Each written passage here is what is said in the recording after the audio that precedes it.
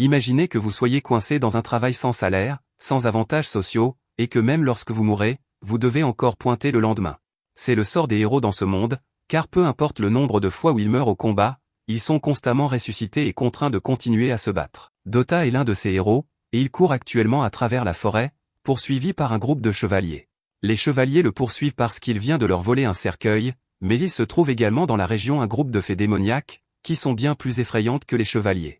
Pendant que les chevaliers sont transformés en nourriture pour monstres, Dota tente de s'échapper, mais ses jambes courtes et trapues l'empêchent d'aller très loin avant qu'une des fées ne le rattrape et le jette à terre. Dota panique et appelle à l'aide, car il ne veut pas finir en casse-croûte. Heureusement pour lui, à la dernière seconde, son compagnon Xylo tombe du ciel et poignarde le monstre à la tête. Dota est reconnaissant d'être en vie, mais il a apparemment été transpercé alors qu'il courait pour sauver sa vie, et il souffre énormément, il n'est donc pas prêt à affronter tout cela.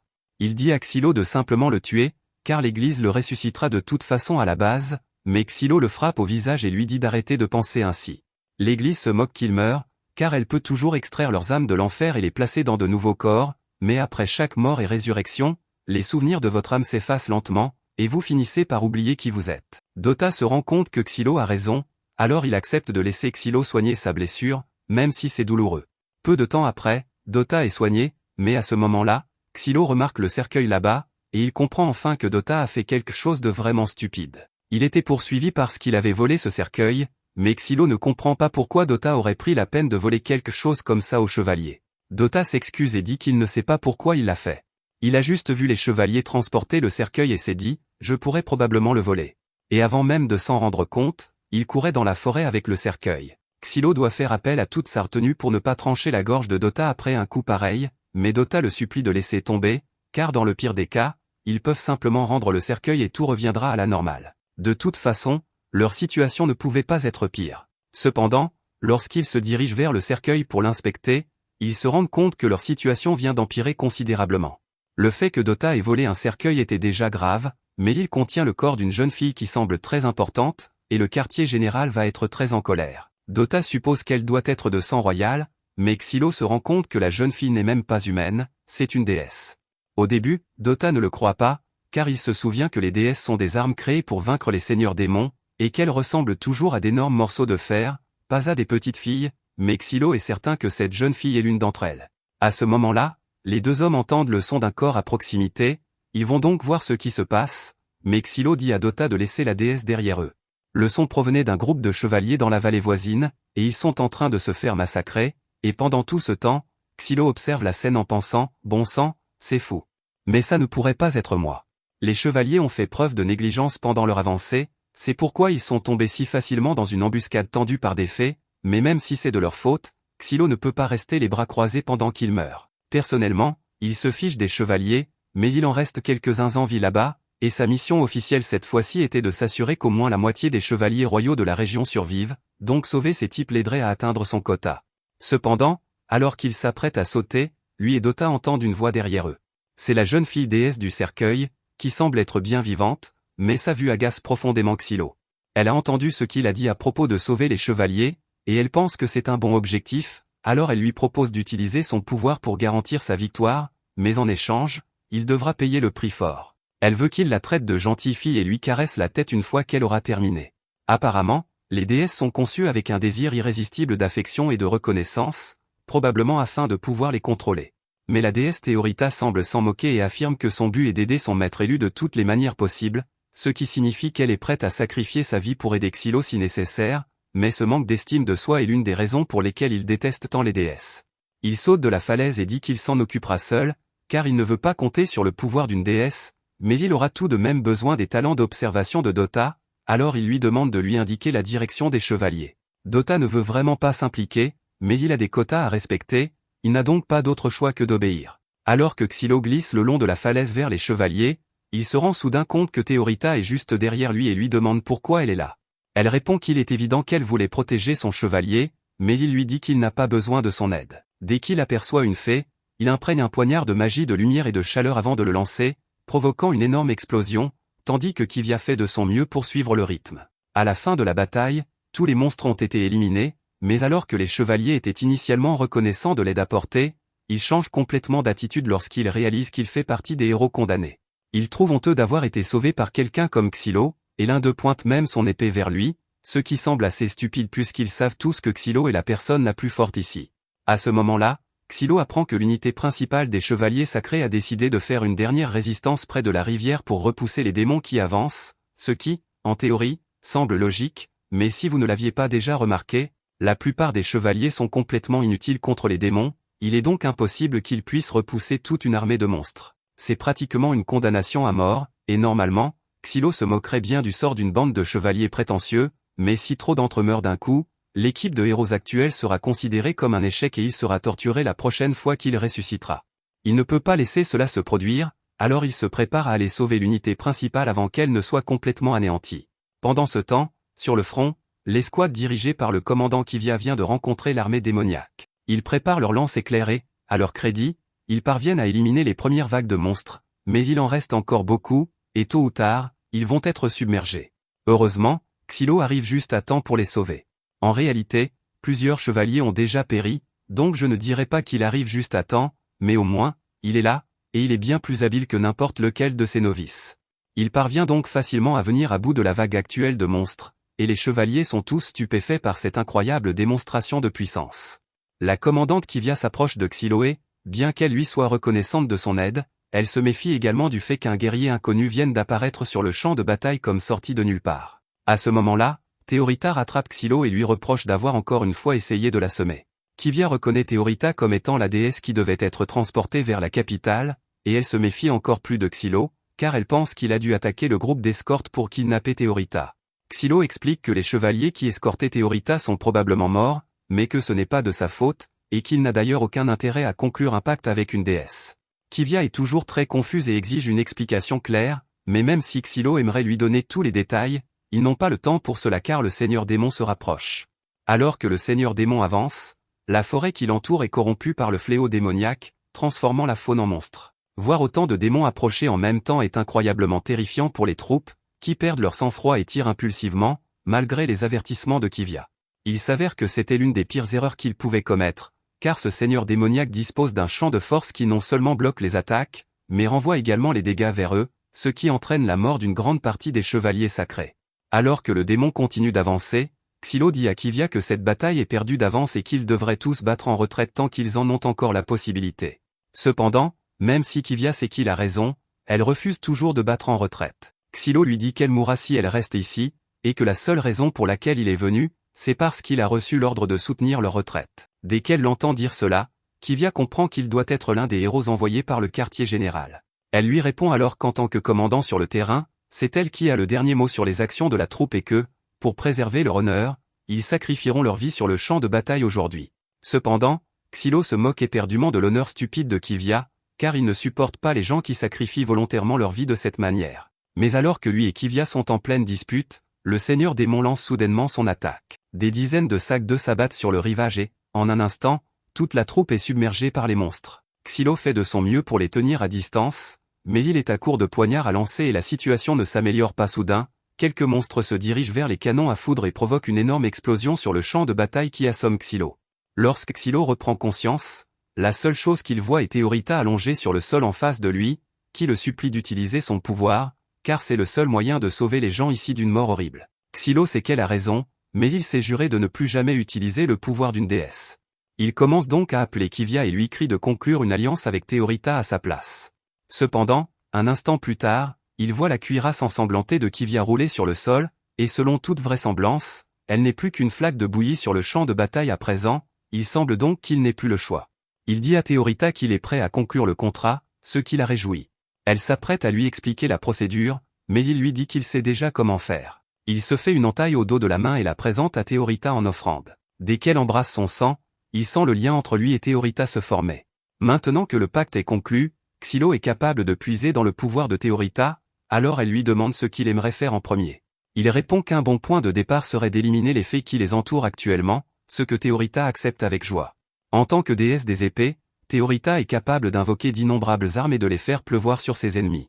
En un rien de temps, elle a complètement anéanti l'armée de monstres. Théorita est très fière d'elle et dit à Xylo qu'il peut commencer à la féliciter, mais il lui répond que sa récompense devra attendre, car une autre vague de monstres se dirige vers eux.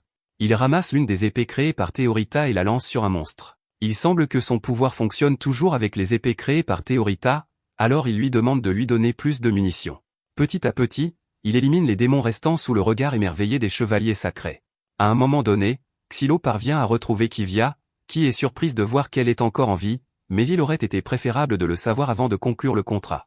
Il dit à Kivia qu'elle doit prendre ses hommes et traquer tous les démons qui ont survécu à ces explosions avant qu'ils ne causent davantage de dégâts. Kivia est offensée qu'un héros condamné ose lui donner des ordres, mais Xylo lui rappelle qu'il s'agit d'une question de vie ou de mort, et qu'elle doit donc mettre sa fierté de côté et faire ce qui est nécessaire pour survivre. Il est peut-être un héros condamné, mais il n'a pas l'intention de mourir ici, et il ne veut pas voir quelqu'un d'autre mourir ici non plus, c'est pourquoi il va éliminer le Seigneur Démon avant que cela n'arrive. Il soulève Théorita sur ses épaules et se prépare à charger le Seigneur Démon. Elle lui demande s'il veut qu'elle utilise ses pouvoirs maintenant, mais il répond qu'ils doivent d'abord se rapprocher un peu plus, et qu'elle devrait donc se concentrer pour l'instant sur lui lancer des épées. Une fois qu'ils sont enfin assez près, il demande à Théorita de créer une épée géante qu'il peut utiliser, et lorsqu'il la lance dans le corps du Seigneur Démon, cela provoque une énorme explosion qui perce un trou dans son corps. Malheureusement, cela n'a pas suffi à le tuer, et le Seigneur Démon fait pousser plusieurs tentacules et les attaque, forçant Xylo à défendre Théorita de son corps. Lorsque Xylo se réveille, il trouve Théorita debout près de son corps, et Dota est également présent, car il est enfin revenu de ce qu'il était en train de faire pendant que Xylo risquait sa vie. Au début, Xylo était furieux, mais il remarque ensuite que Dota a encore volé quelque chose. Dota tente de se défendre en disant que cet objet traînait près du camp de base et qu'il s'est dit qu'il pouvait aussi bien le prendre. Pour une fois, les doigts sales et voleurs de Dota ont porté leurs fruits. Il s'agit d'un seau de terre brûlée, en gros une bombe très puissante, et Xylo vient d'imaginer un plan pour l'utiliser afin d'éliminer définitivement le Seigneur Démon. Il règle le minuteur et saute en l'air avant de lancer la bombe directement dans la blessure du Seigneur Démon. Avant qu'elle n'explose, il attrape Théorita et Dota et s'éloigne le plus vite possible du rayon de l'explosion. La bombe finit par exploser et le corps du Seigneur Démon est complètement détruit. La bataille est enfin terminée, et Théorita dit qu'elle veut être félicitée pour son bon travail, mais alors qu'il s'apprête à lui tapoter la tête, il a soudainement des flashbacks d'une ancienne déesse avec laquelle il avait conclu un contrat, et il ne peut se résoudre à le faire. À ce moment-là, Kivia apparaît, et même si Xylo a sauvé tout le monde ici, elle pointe son épée vers lui et lui dit qu'il sera puni pour avoir agi de son propre chef et avoir conclu un pacte avec la déesse Théorita sans autorisation. Théorita tente de prendre la défense de Xylo et dit à Kivia qu'il est le chevalier le plus digne qu'elle puisse souhaiter, mais Kivia lui répond qu'elle dit cela uniquement parce qu'elle ignore le crime que Xylo a commis et qui lui a valu d'être condamné à devenir un héros. Théorita demande quel était ce crime, car elle est sûre qu'il ne pouvait pas être si grave, mais Kivia explique alors que Xylo était autrefois un chevalier sacré et qu'il a été accusé d'avoir tué la déesse avec laquelle il avait précédemment formé une alliance. Théorita est choquée d'apprendre cela. Du moins, c'est la version officielle qui a été annoncée, mais en réalité, les choses se sont passées très différemment. Le jour du jugement de Xylo, il est conduit devant le tribunal où l'inquisiteur lui annonce qu'il est accusé d'avoir tué sa déesse, Sinurva. Xylo tente d'expliquer qu'il avait reçu l'ordre de partir au combat avec elle, mais que les renforts promis ne sont jamais arrivés et que Sinurva a été contrainte d'utiliser toute son énergie. Lorsqu'une déesse épuise toute son énergie, elle devient vulnérable et susceptible d'être corrompue par les démons. Il a donc choisi de mettre fin aux souffrances de Sinurva avant qu'elle ne soit corrompue. C'était une raison tout à fait valable, mais l'inquisiteur l'a accusé de blasphème contre les déesses et a ordonné aux gardes de l'empêcher de dire un mot de plus. Xylo a désespérément tenté d'expliquer que si une déesse était corrompue, cela pourrait donner naissance à un démon possédant les pouvoirs d'une déesse, ce qui mènerait à la disparition de l'humanité, mais en levant les yeux, il a réalisé que l'inquisiteur se moquait complètement de la vérité et que tout cela avait été un coup monté depuis le début. Il ne savait pas qui en était l'instigateur ni où il se trouvait, mais il jura sur le champ que, peu importe le nombre de vies que cela lui prendrait, il le ferait payer. Quelques jours après la fin de la première mission, Xylo dort dans sa tente au camp de base lorsque Théorita le réveille soudainement. Il lui dit de ne pas le déranger puisqu'il veut dormir davantage, mais il lui demande aussi pourquoi elle est toujours là malgré le fait que les chevaliers lui aient déjà tout raconté sur son passé. Théorita admet qu'elle était initialement inquiète en apprenant que Xylo avait tué une déesse auparavant, mais elle croit fermement qu'il avait nécessairement une bonne raison de le faire. Il se retourne dans son lit et lui dit que sa raison importe peu car, en fin de compte, cela ne change pas le fait qu'il a tué une déesse. Il dit ensuite à Théorita que le pacte qu'ils ont formé peut être dissous d'un commun accord, donc elle n'a qu'à dire le mot et leur lien sera rompu, mais Théorita refuse absolument. Elle dit que Xylo est son unique et seul chevalier, et quoi qu'il arrive, elle doit rester à ses côtés jusqu'à la fin. À ce moment-là, Xylo reçoit un message de Venetim lui disant qu'ils ont été assignés à une autre mission et qu'ils doivent partir immédiatement. L'hiver a déjà commencé à s'installer dans cette région, et Theorita est émerveillée par la beauté de tout lorsqu'il est gelé. Mais aussi mignonne que sa curiosité puisse être, elle est aussi vraiment agaçante, donc Xylo et Venetim se lassent très vite de ces questions incessantes. Pendant ce temps, au QG, Kivia a reçu une mission propre, et selon son supérieur, elle doit suspendre la mission de transport originale et se rendre au tunnel de Ziwan pour aider à les dégager. Elle demande si cela signifie que ces tunnels ont aussi été envahis par le fléau démoniaque, donc son supérieur explique que depuis la 4e guerre et l'apparition du fléau démoniaque numéro 1, une grande partie de leur forêt a été corrompue, et au cours des 20 dernières années, l'humanité a perdu beaucoup de ses terres habitables, donc ils ne peuvent pas laisser le fléau se propager davantage. Pour assurer le succès de la mission, l'équipe des héros a été envoyée pour aider, donc Kivia dit qu'elle partira immédiatement pour les rejoindre. Mais avant de partir, son supérieur lui demande de saluer le grand prêtre Marlin pour lui si elle le croise là-bas. Cette nuit-là, Theorita et les autres campent dans les bois lorsqu'elle remarque qu'elle n'a pas vu Dota depuis un moment. Xylo explique que Dota est actuellement à l'atelier de réparation après que Xylo l'ait un peu trop battu pour tous les problèmes qu'il a causés, donc il ne sera pas disponible pendant un certain temps. King dit à Xylo qu'en tant que l'un de ses sujets, il doit être plus prudent dans la façon dont il traite ses alliés, et Xylo est d'accord à moitié avec lui pour qu'il puisse poursuivre cette conversation. Theorita s'approche de Xylo et lui demande pourquoi il appelle toujours ce type King, donc il explique que King est un héros comme lui, et il croit sincèrement qu'il est le roi du royaume fédéré, donc il est plus facile de composer avec lui si on joue le jeu.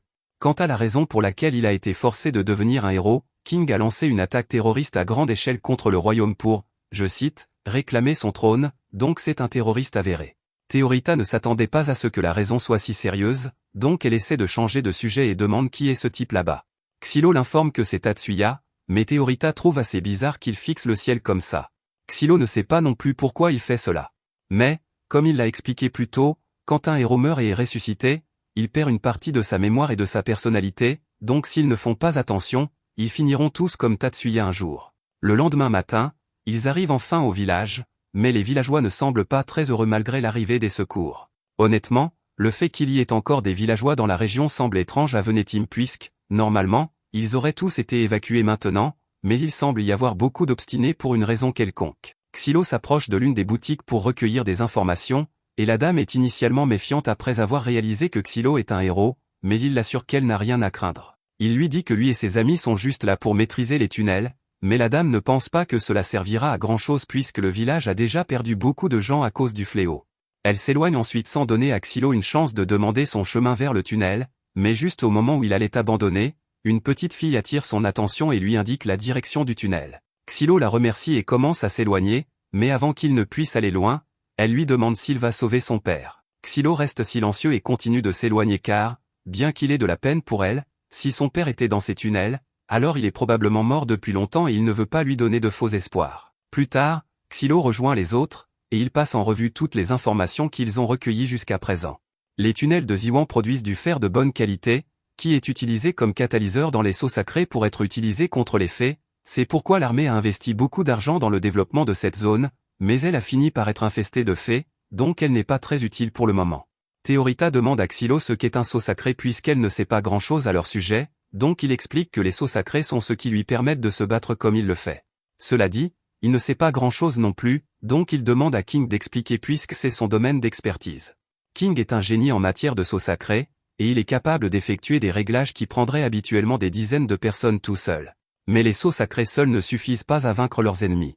Alors qu'il s'approche du tunnel, Venetim informe tout le monde qu'il y a environ un mois, les villageois ont signalé qu'un groupe de mineurs de la cave a été transformé en fées à l'intérieur et a commencé à attaquer les gens.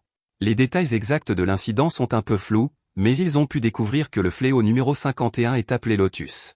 Leur mission aujourd'hui est de creuser un chemin direct pour que les chevaliers saints puissent attaquer, donc tous sont forcés d'entrer et de s'occuper des démons. Cependant, quand Venetim dit tous, ce qu'il veut vraiment dire, c'est tous sauf lui parce que, en tant que commandant de cette équipe, il doit rester en retrait dans cette ville pour coordonner la mission.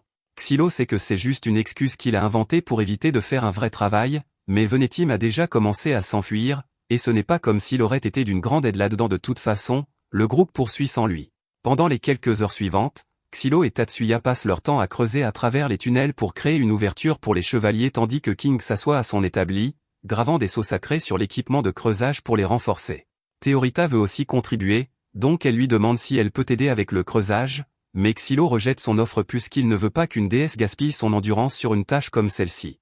Juste à ce moment, Kivia apparaît, et elle mentionne que les supérieurs lui ont dit que c'était Dota qui avait volé le cercueil de Théorita, pas Xylo, donc c'est sa façon de s'excuser d'avoir accusé Xylo sans vraiment s'excuser.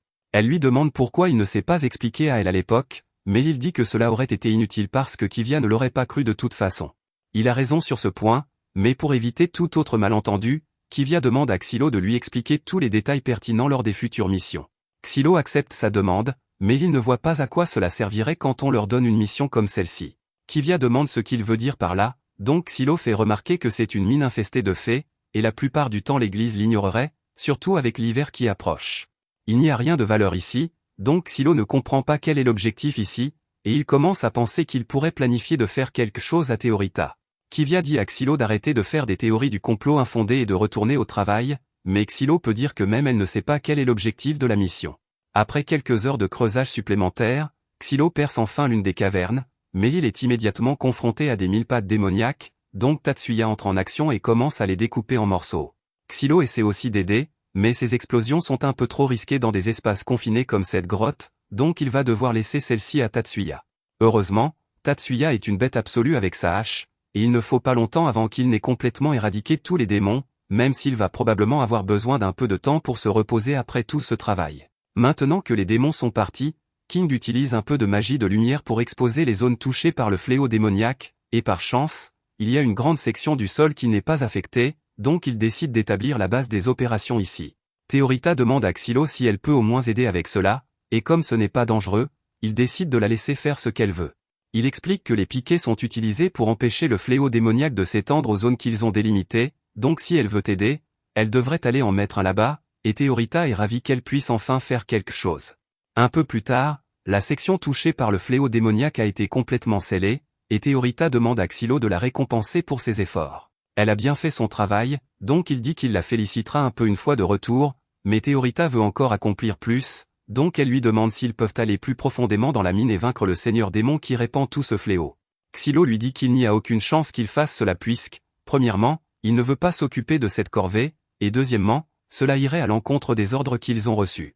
Il lui dit qu'elle devrait rejoindre les chevaliers royaux si elle veut combattre des seigneurs démons tout le temps, mais Théorita n'apprécie pas son attitude dédaigneuse. Elle a déjà juré de rester à ses côtés jusqu'à la fin, mais elle a besoin qu'il la laisse faire des choses importantes aussi, sinon elle ne sera jamais satisfaite. Juste à ce moment, King reçoit un signal de détresse des chevaliers via les communications, et il dit qu'ils sont actuellement attaqués près de l'entrée de la grotte, donc ils ont besoin de renforts. Kivia et le reste des chevaliers chargent au combat contre les humains touchés par le fléau, mais avec autant d'entre eux, ce n'est qu'une question de temps avant d'être submergés. Au moment où Xylo et les autres arrivent, quelques chevaliers ont déjà été tués, donc il veut les sauver dès que possible, mais avant cela, Théorita a une question. Elle lui demande si ces fées étaient autrefois humaines, et Xylo le confirme, mais malheureusement, il n'y a aucun moyen de les guérir une fois qu'elles atteignent ce stade, donc le mieux qu'ils puissent faire est de mettre fin à leur souffrance. Quelques minutes plus tard, la bataille est terminée, et quelques-uns des chevaliers le prennent assez mal parce qu'ils ne s'attendaient pas à devoir tuer des fées humaines. Juste à ce moment, Xylo remarque un gars caché derrière des caisses dans le coin, et, apparemment, c'est un survivant qui n'a pas réussi à sortir de la grotte pendant l'infestation initiale. Cela signifie qu'il y a d'autres survivants encore piégés à l'intérieur, et King pense qu'il est impératif de les sauver dès que possible, mais Kivia dit que ce serait impossible parce qu'ils ne sont pas équipés pour lancer une mission de sauvetage maintenant. Prendre une telle mesure risquée entraînerait la mort de nombreux chevaliers saints. Cependant, ce n'est pas qu'elle veut laisser ses civils derrière, donc elle demande à Xylo ce qu'il pense de la situation, s'il devait entreprendre une mission de sauvetage, quelle serait leur chance de succès? Xylo lui dit clairement que la plupart des chevaliers mourraient parce que combattre des fées tout en défendant des civils dans ces couloirs étroits serait une condamnation à mort. Juste à ce moment, le prêtre Marlin apparaît, et il dit à Kivia qu'il n'est pas nécessaire de demander conseil à un homme comme Xylo parce qu'ils ont déjà leurs ordres. Ils doivent faire sauter l'entrée et la sceller pour s'assurer qu'aucune fée ne puisse s'échapper, mais en entendant cela, King entre dans une rage parce qu'il ne peut pas croire que Marlin sacrifierait intentionnellement des civils innocents, mais Marlin s'en moque totalement. En fait, il aime voir King dans cet état parce qu'il le connaissait avant qu'il ne soit condamné à être un héros. Xylo n'aime pas non plus l'idée de laisser des civils mourir, mais il ne veut pas prendre le risque d'aller les sauver. Cependant, quand il voit Théorita, il se souvient de cette fille d'avant et de son air triste, donc il change d'avis et dit qu'il sauvera personnellement les gens. Ils ont déjà fini d'établir la base des chevaliers, donc leur mission officielle est terminée et rien ne les empêche de sauver des gens pendant leur temps libre. Mais alors que Théorita célèbre le fait qu'elle va enfin pouvoir faire quelque chose d'héroïque, Xylo lui dit qu'elle doit rester ici. Après tout, Il ne peut pas risquer de la laisser mourir pour quelque chose comme cela. Les villageois sont actuellement piégés dans une section de la mine, essayant désespérément de repousser les faits, mais alors qu'ils étaient sur le point d'être dévorés, Xylo arrive et les fait exploser. Tatsuya saute alors dans la mêlée et commence à détruire les monstres sans pitié, et il est très efficace dans ce qu'il fait. L'un des vers tente de le piéger dans une toile, mais ses instincts sont trop aiguisés pour cela, alors il se retourne et tranche la toile en morceaux avant d'attaquer le reste des monstres, et quelques minutes plus tard, lui et Xylo ont à peu près terminé, mais cela ne signifie pas que c'est fini. Les ouvriers sont peut-être en sécurité pour l'instant, mais sortir de cette grotte va être un tout autre défi, alors Xylo demande à King de graver des sceaux sacrés sur leurs outils pour leur donner une chance de se battre. Les sceaux sacrés fonctionnent en utilisant la luminescence comme source d'énergie, donc ils peuvent généralement être rechargés par la lumière du soleil, mais ici-bas il n'y a pas de lumière du soleil à proprement parler, donc ceux-ci n'auront que quelques utilisations avant de manquer d'énergie. Les sceaux sacrés de Xylo fonctionnent de la même manière, mais son corps est capable de stocker plusieurs fois la quantité normale de luminescence d'un homme ordinaire, c'est pourquoi il a pu maintenir sa puissance destructrice ici-bas. Même ainsi, son pouvoir peut encore s'épuiser, donc ils ont tous besoin de sortir de la grotte le plus vite possible. Sinon, ils seront des cibles faciles. Ils se préparent à commencer le chemin vers la sortie, mais soudainement, le sol commence à trembler sous leurs pieds, et des dizaines de fées les entourent tout à la fois. C'est le pire moment imaginable, mais ils n'ont pas le choix dans cette situation, alors Xylo dit à tout le monde qu'ils doivent former une ligne de défense et tenir leur position aussi longtemps que possible. Il commence ensuite à faire exploser quelques-unes des fées, mais les ouvriers sont trop terrifiés pour se battre car ils n'ont jamais eu à faire face à des choses comme ça auparavant. Malheureusement, ils n'ont pas vraiment le choix, alors Xylo leur dit qu'ils doivent se défendre même ou ils vont devenir le déjeuner des fées. Pendant ce temps, de l'autre côté de la nuit, ils sont tous en train de se détendre au bord de l'entrée, attendant de voir si Xylo parvient à revenir vivant pendant qu'ils finissent d'installer leur base, et pendant tout ce temps, Théorita a boudé dans le coin parce qu'elle a été laissée derrière. Marlin dit à Kivia qu'il ne pense pas que Théorita ait beaucoup de valeur en tant qu'arme puisqu'elle semble très attachée à Xylo, mais quoi qu'il essaie de sous-entendre, Kivia l'informe qu'elle et les autres chevaliers se dirigeront à l'intérieur pour aider à la mission de sauvetage dès qu'ils auront fini d'installer la base ici. Quant à Xylo et aux autres personnes, après une bataille acharnée, ils ont réussi à détruire toutes les fées qui les attaquaient, mais leur morale est au plus bas parce qu'ils ne croient pas qu'ils pourront s'en sortir. Xylo essaie de les encourager à se remettre debout et à se battre, mais ils sont tous trop fatigués et désespérés pour le faire. Xylo commence à leur crier d'arrêter d'agir comme ça puisqu'ils ne survivront jamais s'ils abandonnent, mais ils n'arrivent pas à les convaincre, alors King décide de faire un discours à la place. Il est conscient que ces hommes ont consacré la plus grande partie de leur vie à leur travail et que c'est leur travail qui a permis à ce royaume de prospérer. Ils ont traversé des situations difficiles auparavant et s'en sont sortis malgré tout, donc il n'y a pas besoin de céder à la peur ici parce qu'ils vont survivre. Les hommes voient le regard plein de confiance dans les yeux de King et cela leur donne la motivation dont ils ont besoin pour se remettre sur pied et faire de leur mieux. Ils savent que Xylo, King et Tatsuya sont des héros, et toute leur vie on leur a dit que les héros sont les pires criminels qui soient, mais Xylo et les autres ont quand même choisi de venir les sauver même si la plupart des autres les auraient considérés comme sacrifiables et les auraient abandonnés ici, donc ils leur sont vraiment reconnaissants. Juste à ce moment-là, le sol commence à trembler alors que d'autres fées approchent et Xylo commence à être vraiment frustré parce que ces choses ne cessent d'arriver et il n'y a aucun moyen pour eux de savoir combien il y en a ici. Les ouvriers se remettent tous debout et lèvent leurs armes en préparation d'un combat, et quand les fées apparaissent réellement, Xylo prend l'initiative et attaque le premier. Les ouvriers sont encore très nerveux à propos de tout ça, mais ils ont déjà décidé de se battre au moins jusqu'au bout, donc l'un d'eux commence à balancer sa pelle sauvagement jusqu'à ce qu'ils finissent par frapper le monstre vert, et grâce aux enchantements que King a apposés, la pelle fait en fait des dégâts significatifs. Voyant cela, les autres villageois réalisent qu'ils pourraient en fait avoir une chance, alors ils chargent le ver et commencent à le battre à mort. Ils s'en sortaient plutôt bien au début, mais il y a une limite à ce que la force brute sans compétence peut accomplir, donc avant longtemps, les ouvriers sont submergés. La jambe du contremaître a été blessée, et comme il ne peut pas s'enfuir, un ver est sur le point de l'achever, mais à la toute dernière seconde, le ver est soudainement anéanti par un ensemble d'épées volantes. Il n'y a qu'une seule personne qui aurait pu faire ça, et Xylo se retourne pour trouver Théorita debout triomphalement près d'un passage alors qu'elle annonce son arrivée. Une fois que tout le monde est en sécurité, Théorita leur dit qu'ils peuvent commencer à la féliciter maintenant, mais Xylo ne veut pas King, d'autre part, est très reconnaissant de l'intervention de Théorita parce que sans elle, plusieurs ouvriers auraient péri dans cette bataille. Théorita lui dit que ce n'était pas grand-chose puisqu'avec elle et Xylo travaillant ensemble, la victoire est quasiment assurée. Comme Théorita peut fabriquer un nombre illimité d'épées, King décide d'en utiliser quelques-unes pour construire une clôture pour que tout le monde puisse se reposer. Il en attrape quelques-unes et se prépare à commencer à graver des sceaux sacrés de clôture sur les épées, mais pendant qu'il fait ça, Xylo s'approche de Théorita et exige de savoir pourquoi elle est là alors qu'il lui avait dit d'attendre dehors. Elle explique qu'elle s'est tout simplement faufilée devant les chevaliers alors qu'ils ne regardaient pas, et elle demande à Xylo de la féliciter pour être si rusé, mais il refuse encore une fois. Théorita pense que Xylo doit être contrarié parce que cela a pris si longtemps pour sauver tout le monde, mais elle lui dit que c'est de sa faute pour l'avoir laissé derrière plus tôt. Cependant, Xylo l'interrompt et dit qu'il n'a pas l'intention d'utiliser Théorita ou son pouvoir, et elle est vraiment déçue d'entendre cela parce qu'être utilisée est tout son but dans la vie. Elle demande à Xylo ce qu'il veut qu'elle fasse à la place, si ce n'est pas se battre à ses côtés, et il lui dit qu'il veut juste qu'elle survive, donc il ne la laissera pas risquer sa vie pour une gloire inutile. Théorita se réjouit un peu après l'avoir entendu dire cela parce qu'elle sait que cela signifie que Xylo tient vraiment à elle, et c'est ce qui la rend si disposée à risquer sa vie pour lui. Elle sait que chercher des éloges est inscrit dans sa nature, mais cela fait toujours partie de qui elle est, donc elle veut vivre une vie glorieuse et utile et il n'y a rien que Xylo puisse faire pour l'en empêcher. Xylo réalise que cela pourrait être un peu égoïste de sa part de demander à Théorita de nier ses désirs, mais avant qu'il ne puisse dire quoi que ce soit, tout le monde a senti une autre soudaine secousse, et celle-ci semble bien pire que les autres. Alors que les monstres approchent, Xylo dit à Théorita de se mettre à l'écart pour sa sécurité. Elle lui dit qu'elle n'ira nulle part, et s'il tient tant à sa sécurité, alors tout ce qu'il a à faire est de la protéger à tout prix. Xylo ne peut pas vraiment argumenter avec elle là-dessus, alors il accepte de laisser Théorita se battre à ses côtés et prend une de ses épées pour l'utiliser comme munition. Il la lance sur le ver principal du groupe de fées, le coupant en deux d'un seul coup, mais alors qu'il est sur le point d'en lancer une autre, ils entendent tous un son retentissant assourdissant qui les fait tomber à genoux. Tatsuya, d'autre part, semble être complètement indemne parce qu'il est simplement construit différemment, tandis que les autres se tordent de douleur. Il passe à l'attaque et commence à tuer autant de monstres qu'il le peut.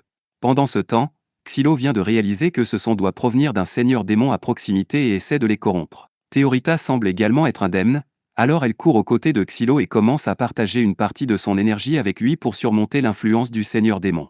Quelques instants plus tard, le seigneur démon en question fait son apparition et émerge du sol en tant qu'énorme arbre lotus vivant avec une silhouette humaine, et je sais juste que quelqu'un va dire « Écoutez-moi sur celui-ci ». Le seigneur démon déclenche une autre vague d'interférences soniques, et tous les ouvriers commencent à entendre une voix leur disant de l'approcher, alors Xylo fait de son mieux pour les en empêcher. Il dit au contremaître de se ressaisir, mais la folie est si sévère qu'il a commencé à essayer d'arracher son propre visage, donc rien de ce que dira Xylo ne pourra l'atteindre. King s'accroche à sa raison par la seule force de la volonté et la haine envers le seigneur démon, mais il ne peut pas faire grand-chose d'autre pour l'instant, donc c'est aux autres de jouer. Xylo dit qu'il serait trop dangereux pour eux de quitter la zone clôturée, alors à la place, il soutient Tatsuya depuis l'arrière et commence à tirer des épées. Théorita demande si Tatsuya va vraiment bien, mais Xylo lui dit qu'il n'y a rien à craindre parce qu'il est incroyablement compétent. Cependant, il aura quand même besoin de soutien, alors Xylo demande à Théorita de fabriquer un tas d'épées pour lui. Elle est ravie qu'elle puisse enfin aider Xylo à se battre, même si ce n'est qu'un rôle de soutien, alors elle crée plus d'épées et il commence à les lancer pour couvrir Tatsuya. Tatsuya continue de s'approcher du seigneur démon tout en esquivant ses attaques jusqu'à ce qu'il le tranche finalement en deux, mais malheureusement, il s'avère que ce n'était pas le corps principal du seigneur démon, et Tatsuya se fait attraper. Xylo et Théorita commencent à chercher autour d'eux, et ils finissent par repérer le corps principal suspendu à l'un des murs à proximité. Xylo se prépare à l'achever avec un dernier coup, mais juste au moment où il s'apprête à lancer l'épée, il réalise que son corps est à court de luminescence, donc il ne peut plus utiliser la magie. Juste à ce moment-là, les chevaliers arrivent pour aider, mais ils tombent immédiatement victimes de l'interférence du seigneur démon et s'effondrent dans l'agonie. Le seigneur démon fait alors pousser des tentacules autour de leur corps pour les dévorer, alors Xylo est forcé de courir et de les libérer, mais il y a trop de lianes pour qu'il puisse s'en occuper tout seul.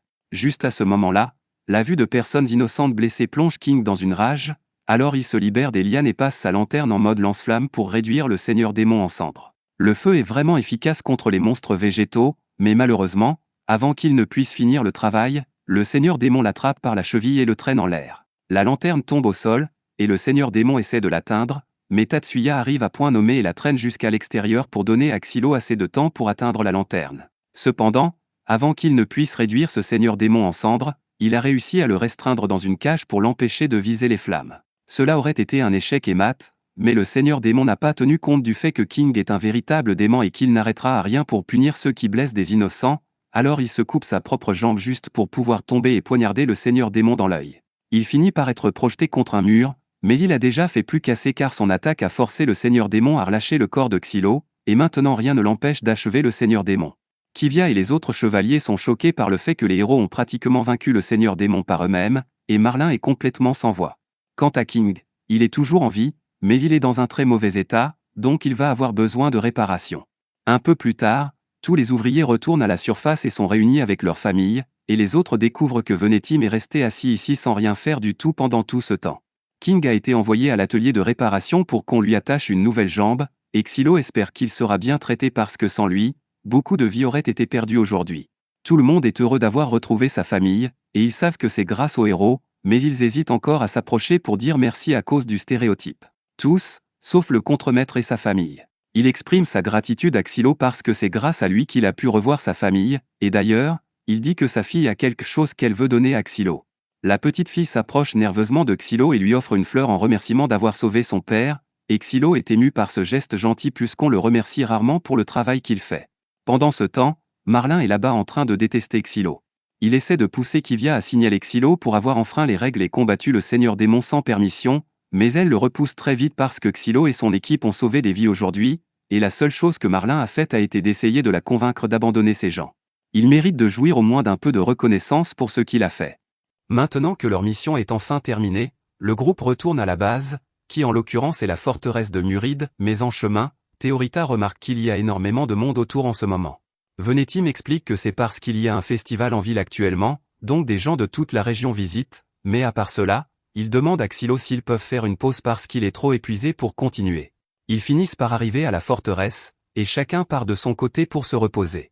On voit Venetim et Dota assis dans une ruelle, Dota buvant du vin qu'il a volé à un vendeur un peu plus tôt et savourant chaque goutte. Venetim lui dit qu'il devrait être un peu plus prudent car les gens ici ne plaisantent pas avec leur argent, donc s'il se fait prendre en train de voler, c'est game over. Mais Dota s'en moque parce que c'est l'une des rares fois où ils ont vraiment l'occasion de faire une pause, donc il veut en profiter. Pendant ce temps, en bas, dans l'appartement new-yorkais moyen de Xylo, il profite de son jour de congé en lisant un livre, mais son calme et sa tranquillité prennent rapidement fin lorsque Théorita le trouve.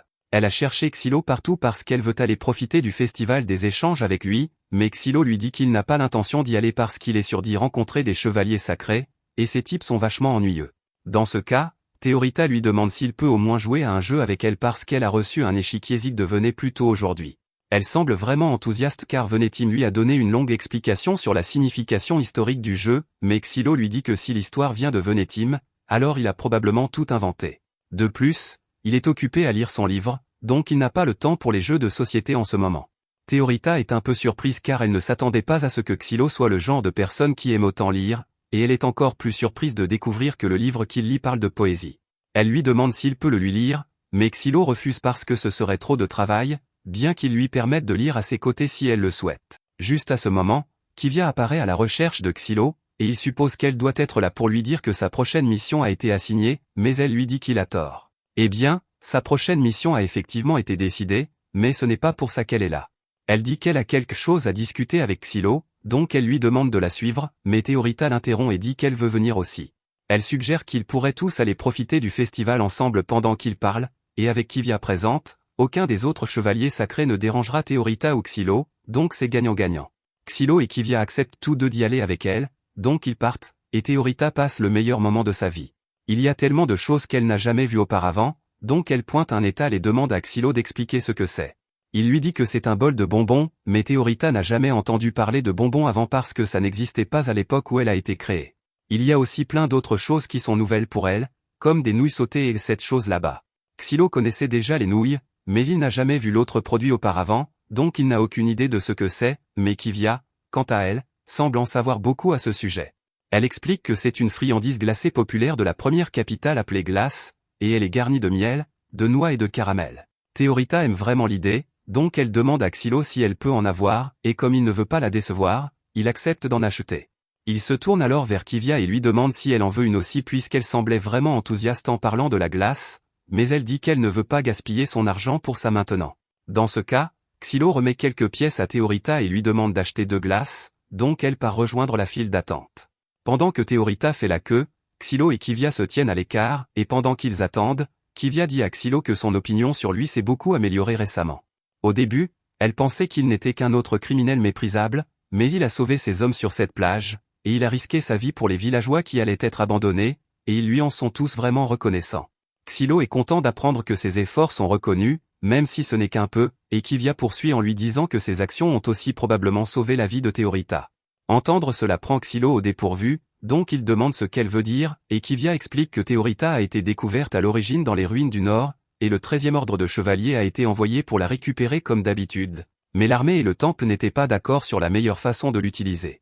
Le temple voulait former une alliance avec Théorita et avoir un combat avec les chevaliers sacrés, mais parce que Xylo avait précédemment tué une déesse, l'armée a eu l'idée qu'il serait peut-être possible de rétro-concevoir encore plus de déesses. Pour cette raison, ils ont exigé que Théorita leur soit remise pour analyse, ce qui est juste une belle façon de dire qu'ils allaient la disséquer. Mais Xylo a fini par former un contrat avec Théorita à la place, et le fait qu'il ait réussi à vaincre 2 seigneurs démons en si peu de temps a prouvé que Théorita était plus utile vivante que comme sujet de test. Xylo ne comprend pas comment ils ont pu un jour juger Théorita inutile alors qu'elle est une déesse avec des capacités puissantes, mais selon le message dans les ruines où elle a été trouvée, tout ce que Théorita peut vraiment faire est d'invoquer des épées. On dit que les déesses sont descendues sur le monde à une époque connue sous le nom de Grande Ère civilisée, et leur nature varie énormément de l'une à l'autre, certaines peuvent produire un poison puissant, certaines peuvent invoquer des éclairs ou des tempêtes violentes, et certaines peuvent même voir des visions du futur. Elles se réveillent chaque fois que le fléau démoniaque émerge, et après avoir accompli leur but, elles retournent généralement dormir dans leur cercueil. Xylo connaît déjà les différentes capacités qu'une déesse peut posséder, et apparemment Tatsuya a été invoqué d'un autre monde par une déesse à un moment donné, mais à part cela, comparé aux capacités des 12 déesses découvertes jusqu'à présent, l'armée considère le pouvoir d'invocation d'épée de Théorita comme inférieur, donc ils étaient prêts à la sacrifier, et les chevaliers n'ont pas eu d'autre choix que de suivre l'ordre, c'est pourquoi ils voulaient se sacrifier pour expier leur péché. Xylo lui demande de lui donner les détails de la prochaine mission dès que possible, car tant qu'il fera du bon travail, il prouvera l'utilité de Théorita, donc elle ne sera pas disséquée. Kivia apprécie la conviction de Xylo, donc elle lui dit que la prochaine mission exigera que lui et les autres défendent cette forteresse. Un peu plus tard, Xylo et Venetim rencontrent le commandant de la mission, et c'est à peu près la même chose que ce qu'a dit Kivia, mais il y a un problème, le commandant leur dit de défendre la forteresse au péril de leur vie. Le but de la mission est de défendre la forteresse tout en attirant le seigneur démon dans la zone, après quoi une attaque de poison à grande échelle sera déclenchée par la 9e déesse pour le vaincre. Xylo se moque de l'idée car il a déjà été établi que le poison seul ne suffit pas à vaincre un seigneur démon, tout ce qu'il fait, c'est le mettre dans un état d'animation suspendu pendant un certain temps. Le commandant admet que Xylo a raison, mais il dit que des révisions ont été apportées à la stratégie pour s'assurer que ça marche cette fois, il prévoit de transformer la forteresse en une chambre de mise à mort continue pour le seigneur démon, donc les héros doivent agir comme sa défense jusqu'à ce qu'ils meurent dans le processus. Venetim prend la parole et demande pourquoi ils ne peuvent pas simplement s'échapper après avoir réussi à attirer le seigneur démon dans le piège au lieu de mourir, mais le commandant dit simplement que c'est comme ça que ça doit être, et si l'un d'entre eux tente de quitter la forteresse, alors tout l'escadron sera exécuté en utilisant les sceaux sacrés sur leur cou. Xylo ne comprend pas pourquoi ils iraient si loin pour s'assurer que tous les héros meurent, mais ensuite il se souvient de ce prêtre d'avant, et il doit avoir tiré quelques ficelles pour que ça arrive à cause de sa rancune. Soudain, Venetim annonce joyeusement que lui et son équipe acceptent volontiers la mission et défendront la forteresse au péril de leur vie, mais il a quelques suggestions pour améliorer un peu le plan. Tout d'abord, il pense que c'est un peu contre-productif d'éliminer toute l'équipe si même une seule personne essaie de partir, puisqu'il y aura forcément quelqu'un qui voudra juste en finir avec la partie mourante le plus vite possible, et il ruinerait tout le plan. C'est pourquoi il suggère que la règle soit qu'ils ne seront exécutés que si tout le monde essaie de partir, au lieu d'une seule personne. Il mentionne aussi que puisque Théorita est extrêmement dévouée à Xylo, elle voudra forcément rester à ses côtés, donc il demande au commandant si ça lui va. Le commandant dit qu'il n'a pas l'autorité de donner des ordres à une déesse, mais Kivia a cette autorité, donc Venetim demande à Xylo d'aller lui parler pour officialiser cela. Mais avant que Xylo ne parte, il demande à Venetim s'il veut autre chose parce qu'il va essayer de négocier avec le commandant. Xylo dit qu'il aura besoin de plus de troupes et de provisions si possible, et Venetim promet de faire de son mieux. Après tout, c'est un maître dans l'art de convaincre les gens. Avant que Venetim ne soit condamné à être un héros, il était un escroc de la plus haute magnitude, et il venait d'être capturé. Il avait commis plusieurs types de fraudes différents, y compris la tentative de vendre le château royal à un cirque, et il était très près de s'en sortir, aussi. Mais ce n'est pas la raison pour laquelle il est jugé ici aujourd'hui. La raison est la suivante, un journal de 3e ordre qu'il a écrit parce que son patron voulait qu'il fasse un peu de peur parmi les masses. Il parlait du fait que certains hauts responsables du temple et même certains membres de la royauté étaient des espions influencés par le fléau démoniaque se cachant sous forme humaine, et Venetim admet qu'il a écrit cela, mais il a tout inventé et il ne s'attendait vraiment à ce que quiconque le prenne au sérieux.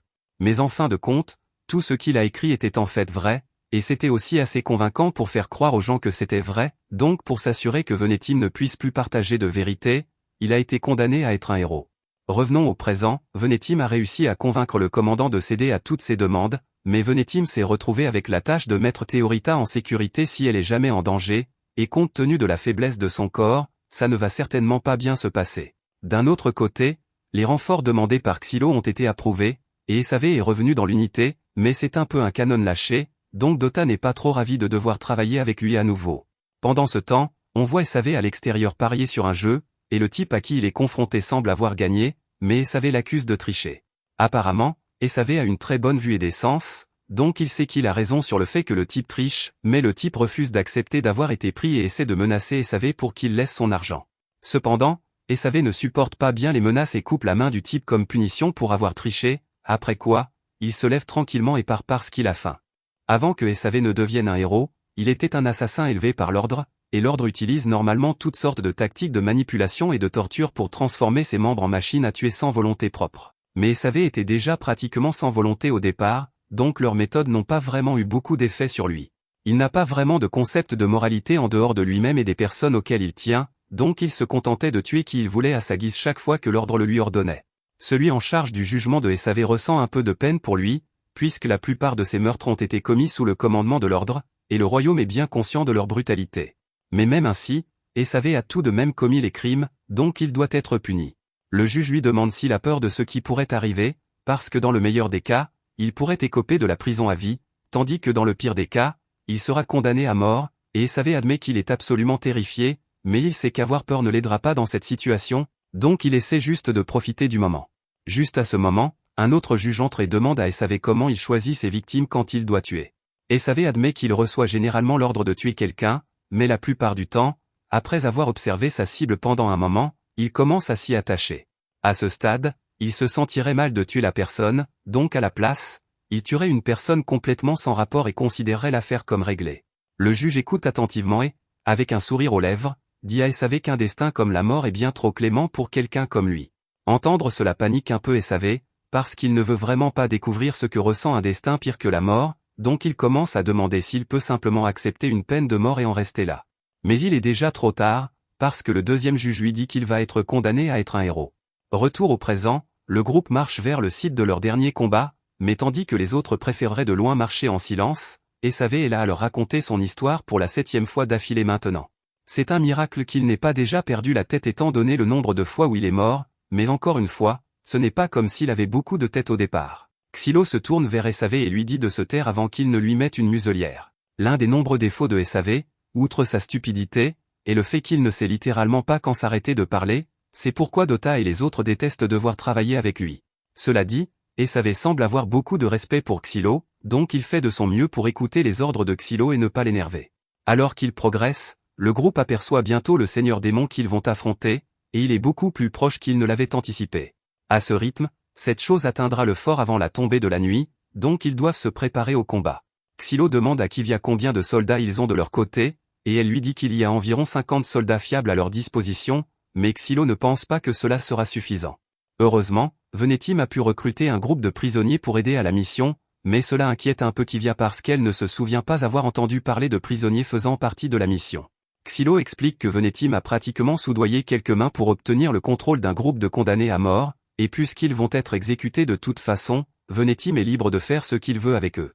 Juste à ce moment, Dota remarque que quelques-uns des démons courent en avant du reste du groupe, et SAV suppose que ce doivent être les éclaireurs démons, donc il jette un coup d'œil et identifie quelques chiens démons dans la forêt. Kivia est surprise que SAV ait pu repérer les démons aussi loin sans utiliser de télescope, mais Xylo lui dit que c'est normal pour SAV, puisque sa vue est bien au-delà de ce qui est humainement possible. Xylo demande à SAV s'il peut les abattre d'ici, et SAV accepte d'essayer, mais il dit qu'il ne peut pas garantir qu'il touchera sa cible.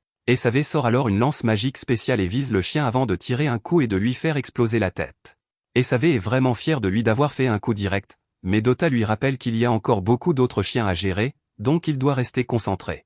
Kivia demande à Xylo s'il est vraiment correct de laisser cela à ces deux-là, et Xylo dit qu'il ne devrait y avoir aucun problème, puisque les compétences de tireur d'élite de SAV sont si bonnes qu'il n'a littéralement jamais vu le gars manquer un tir. Il est assez confiant que SAV sera capable d'éliminer la plupart des éclaireurs, donc maintenant tout ce qui reste à faire est de poser les pièges.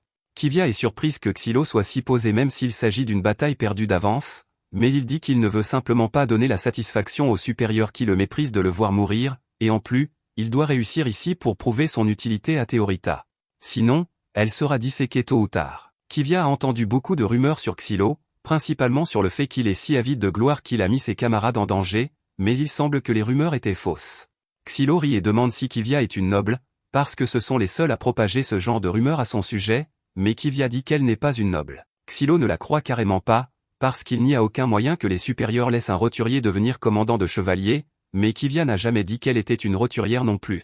Elle explique que son père est le grand prêtre de l'église, et Xylo est choqué d'entendre cela parce que le grand prêtre est pratiquement le plus haut fonctionnaire de l'église, donc c'est une personne vraiment importante. Juste à ce moment, Esavé dit à Xylo qu'il a fini de s'occuper des chiens, donc Xylo lui dit, ainsi qu'à Dota, d'attendre en stand-by ici pendant qu'il va s'occuper d'autres affaires. Xylo et Kivia se dirigent plus tard vers le fort, et alors qu'ils approchent de la porte, ils finissent par tomber sur le commandant du 9e ordre de chevaliers et sa déesse, Pelméri. Hord est surpris que Kivia ait l'intention de rester dans la forteresse au lieu de simplement laisser les héros condamnés mourir. Il ne comprend pas pourquoi elle a autant foi en eux, et il pense que c'est une décision stupide, mais il prie tout de même pour sa sécurité. Cependant, il n'a que du mépris envers Xylo et dit à Pelméri de garder ses distances avec lui, parce qu'on ne sait jamais quand il pourrait décider de tuer une autre déesse.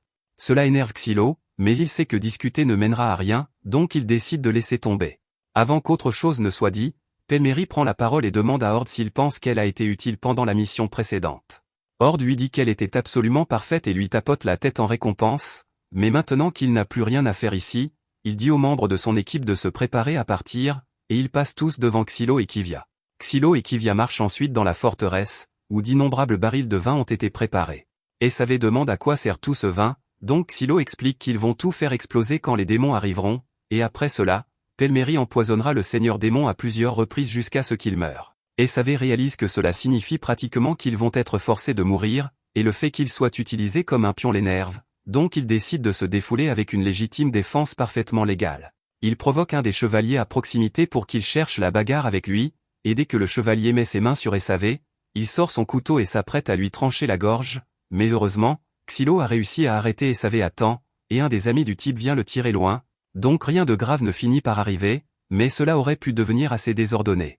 Xylo demande à Esavé à quoi il pensait, et Esavé explique qu'il voulait juste évacuer un peu sa frustration, un peu comme donner un coup de pied dans un caillou quand on est frustré, mais Xylo lui rappelle que les humains et les cailloux ne sont pas pareils. Juste à ce moment, Théorita apparaît, et elle est vraiment énervée que Xylo soit sorti pour faire une reconnaissance sans l'emmener. Elle est aussi contrariée parce qu'elle a croisé la déesse de la 9e unité aujourd'hui, et elle a découvert que Pelméri reçoit cet tapotement sur la tête par jour, pendant que Xylo ne lui en a pas donné un seul depuis le jour où elle a été éveillée. Elle commence à essayer de négocier pour au moins 3 tapotements par jour de la part de Xylo, mais il reste complètement indifférent et la repousse, ce qui fait que Théorita pique une crise. Juste à ce moment, un garde arrive pour informer Kivia qu'un groupe d'hommes vient d'arriver à la porte arrière, et ils semblent tous chercher Xylo. Xylo ne comprend pas ce qui se passe, puisqu'il n'imagine personne qui viendrait le chercher ici, mais quand il va à la rencontre des hommes, il se rend compte que ce sont les mineurs qu'il a sauvés des grottes. Ils lui disent qu'ils veulent tous aider de toutes les manières possibles, mais Xylo ne veut pas accepter leur aide parce qu'il ne veut pas les mettre en danger. Il leur dit de simplement retourner auprès de leur famille avant qu'il ne soit trop tard, mais les hommes expliquent qu'ils ne sont pas là uniquement par gratitude. Après que la mine a été infectée, leur village a subi une énorme perte, et si cette mission échoue, alors la même chose se reproduira, donc ils veulent faire tout ce qu'ils peuvent pour aider. Xylo est sur le point de les refuser à nouveau, mais King apparaît soudainement et accueille chaleureusement l'aide des mineurs. Xylo essaie de le dissuader de prendre une décision aussi hâtive parce que ces gens ne sont pas aptes au combat, mais King n'avait aucune intention de les sacrifier sur le champ de bataille. À la place, il a un moyen bien plus efficace pour qu'ils aident. Il explique que bien que les sceaux sacrés soient complexes, tant qu'il fait un plan à suivre pour eux, les mineurs devraient être capables de graver autant de sceaux que nécessaire pour renforcer les défenses de la forteresse. King motive extrêmement les hommes, donc Xylo décide de les laisser faire comme ils veulent pour l'instant. Quelques heures plus tard, toutes les préparations pour la bataille ont été complétées, donc tout le monde se rassemble pour revoir les détails du plan une dernière fois. Tatsuya est chargé de sceller les passages souterrains, et Esavé aura pour tâche de garder l'entrée arrière du fort avec les recrues de la prison, tandis que King est chargé de soutenir les tireurs d'élite avec les mineurs. Quant à ce que Xylo fera, le plan officiel original de faire exploser cet endroit et d'empoisonner le seigneur démon est une condamnation à mort pour tous, donc Xylo prévoit de prendre l'initiative et d'utiliser les pièges qu'il a posés plus tôt pour tuer le seigneur démon avant qu'il n'atteigne le fort. Un peu plus tard, Xylo rencontre les condamnés à mort recrutés et essaie de leur expliquer le plan, mais ils sont offensés à l'idée de devoir prendre des ordres d'un héros, donc l'un d'eux attrape Xylo par sa chemise. Malheureusement, c'était une mauvaise décision, parce qu'à la seconde où le gars touche Xylo, et savait tire sur un gars complètement différent dans le dos qui ne faisait que s'occuper de ses affaires. Tous les prisonniers sont stupéfaits et demandent pourquoi SAV n'a pas simplement tiré sur le gars qui causait des problèmes, donc il explique que le grand costaud a l'air d'être assez fort pour faire beaucoup de travail, donc cela aurait été un gâchis de le tuer. Xylo marche vers SAV et le plaque contre le mur, parce que même s'il ne niera pas que c'est un moyen efficace de les faire écouter, il prévient SAV de ne plus refaire ça et s'en va, et c'est alors que les prisonniers réalisent qu'écouter Xylo pourrait être leur meilleure chance de survie ici. Xylo est ensuite appelé à une réunion avec Venetim, parce que Venetim vient de recevoir une lettre adressée à lui. Cependant, Xylo dit immédiatement à Venetim de brûler la lettre dès qu'il reconnaît le sceau dessus, mais Venetim lui dit de l'écouter s'il te plaît. La lettre vient de Frenzy Masterbolt de la famille Masterbolt, et pour une raison quelconque, ils offrent de prêter une armée pour aider à défendre le fort. Venetim aimerait accepter l'offre puisque cela augmenterait considérablement leurs chances de victoire, mais Xylo ne veut rien avoir à faire avec Frenzy, donc il refuse. Il n'y a rien que Venetim puisse faire pour convaincre Xylo, donc il décide de changer de sujet et demande à Xylo s'il croit aux théories du complot. Xylo demande s'il parle de cet article de journal étrange qu'il a publié il y a quelques années sur le fait qu'il y ait des adorateurs de démons parmi les supérieurs, parce que cela semble évidemment faux, et Venetim peut comprendre pourquoi il n'y croirait pas, mais il demande ce que Xylo ferait s'il s'avérait vrai qu'il y ait des adorateurs de démons travaillant dans l'ombre pour s'assurer que l'humanité perde la guerre. Après tout, cela expliquerait toutes les décisions illogiques et stupides que les supérieurs ont prises récemment, et maintenant que Xylo y pense vraiment, cela semble vraiment suspect. À la tombée de la nuit, l'armée démon approche du château, donc ils préparent leur défense, et King et les mineurs commencent à tirer sur la cavalerie démon. Après que la première vague a été prise en charge, ils activent les murs enchantés avec des sceaux sacrés pour tenir le reste à distance, et une fois la voie libre, l'unité de Kivia avance pour affronter les démons de front. Tout se passait comme prévu au début, mais ensuite Xylo repère quelque chose qu'il ne s'attendait jamais à voir ici, il y a un groupe d'humains montant des chevaux démons, et ils procèdent à tirer des flèches enflammées dans la forteresse. Étant donné que la forteresse est remplie de vin inflammable, tout le monde commence à s'activer pour éteindre les incendies, et cette panique permet à quelques chevaux démons de percer la porte d'entrée. À ce rythme, ce n'est qu'une question de temps avant qu'ils ne soient tous anéantis. Théorita demande si ces personnes ont été infectées par la brûlure, mais d'après ce que Xylo peut voir, ce n'est pas le cas. Ces gens sont toujours parfaitement normaux, cependant, ils ont choisi de se ranger du côté des démons plutôt que de l'humanité. Mais pour que cela soit possible, cela doit signifier qu'il existe des démons capables de communiquer avec les humains et de les convaincre de changer de camp, une pensée terrifiante. Théorita est quelque peu ébranlée par cette révélation, car de par sa nature de déesse, elle ne peut pas blesser de simples humains au combat, même s'il travaille avec des démons. Xylo, quant à lui, était déjà au courant de cette limitation et sait exactement comment la gérer. Avant de passer à l'action, il contacte Kivia par radio et lui demande si elle a une idée de qui sont ces humains, mais elle est aussi perplexe que tous les autres ici. La seule chose qu'elle sait, c'est que ces hommes doivent faire partie de l'armée privée d'un noble, car ils semblent extrêmement habiles avec le tir à l'arc à cheval. Sur ce, les humains commencent bientôt à battre en retraite, et l'unité de Kivia a déjà fort à faire, ils ne peuvent donc pas les poursuivre. Xylo utilise sa lunette pour suivre leur direction et réalise qu'ils se dirigent tout droit vers le passage souterrain. Heureusement, Xylo avait envoyé Tatsuya là-bas avec quelques chevaliers pour garder le point d'entrée, et Venetim est également présent, mais honnêtement, il ne sera pas d'une grande aide. De retour à la surface, Tsav dit à King qu'il devrait probablement battre en retraite bientôt, car la porte principale ne tiendra plus longtemps, mais il refuse. S'il se retirait, il n'y aurait plus personne pour motiver ses hommes. Il ordonne à tout le monde de préparer les canons magiques pour une attaque, alors ils se mettent tous à charger frénétiquement l'artillerie, et alors que King donne l'ordre de tirer, les démons sont bombardés. Les canons infligent pas mal de dégâts, mais la précision des hommes de King laisse à désirer, alors il leur dit de recharger et de se préparer à tirer à nouveau. Malheureusement, l'armée démoniaque progresse plus vite qu'ils ne l'avaient prévu, et si rien n'est fait, ils seront submergés avant d'avoir une chance de recharger. King ne peut pas laisser cela arriver, alors il appelle Xylo à rejoindre le combat pour retenir les démons. Xylo comprend la situation et dit à Théorita que c'est à leur tour de se battre maintenant, mais avant cela, elle a quelque chose à lui dire. Depuis leur rencontre, Xylo n'arrête pas de lui dire de ne pas risquer sa vie pour les autres, alors que lui-même n'hésite pas à le faire. Xylo tente d'argumenter que ce n'est pas un problème s'il meurt, puisque l'Église peut simplement le ramener à la vie, mais Théorita est convaincue que même s'il ne pouvait pas être ressuscité, il risquerait sa vie tout autant. Parce que, tout comme elle, il trouve un sens à vivre pour les autres, et quand il dit qu'il déteste la nature de déesse qui cherche à plaire à tout prix, c'est parce qu'au fond, cela lui rappelle lui-même. Xylo veut répliquer, mais il ne trouve rien à dire, car il sait que Théorita a raison.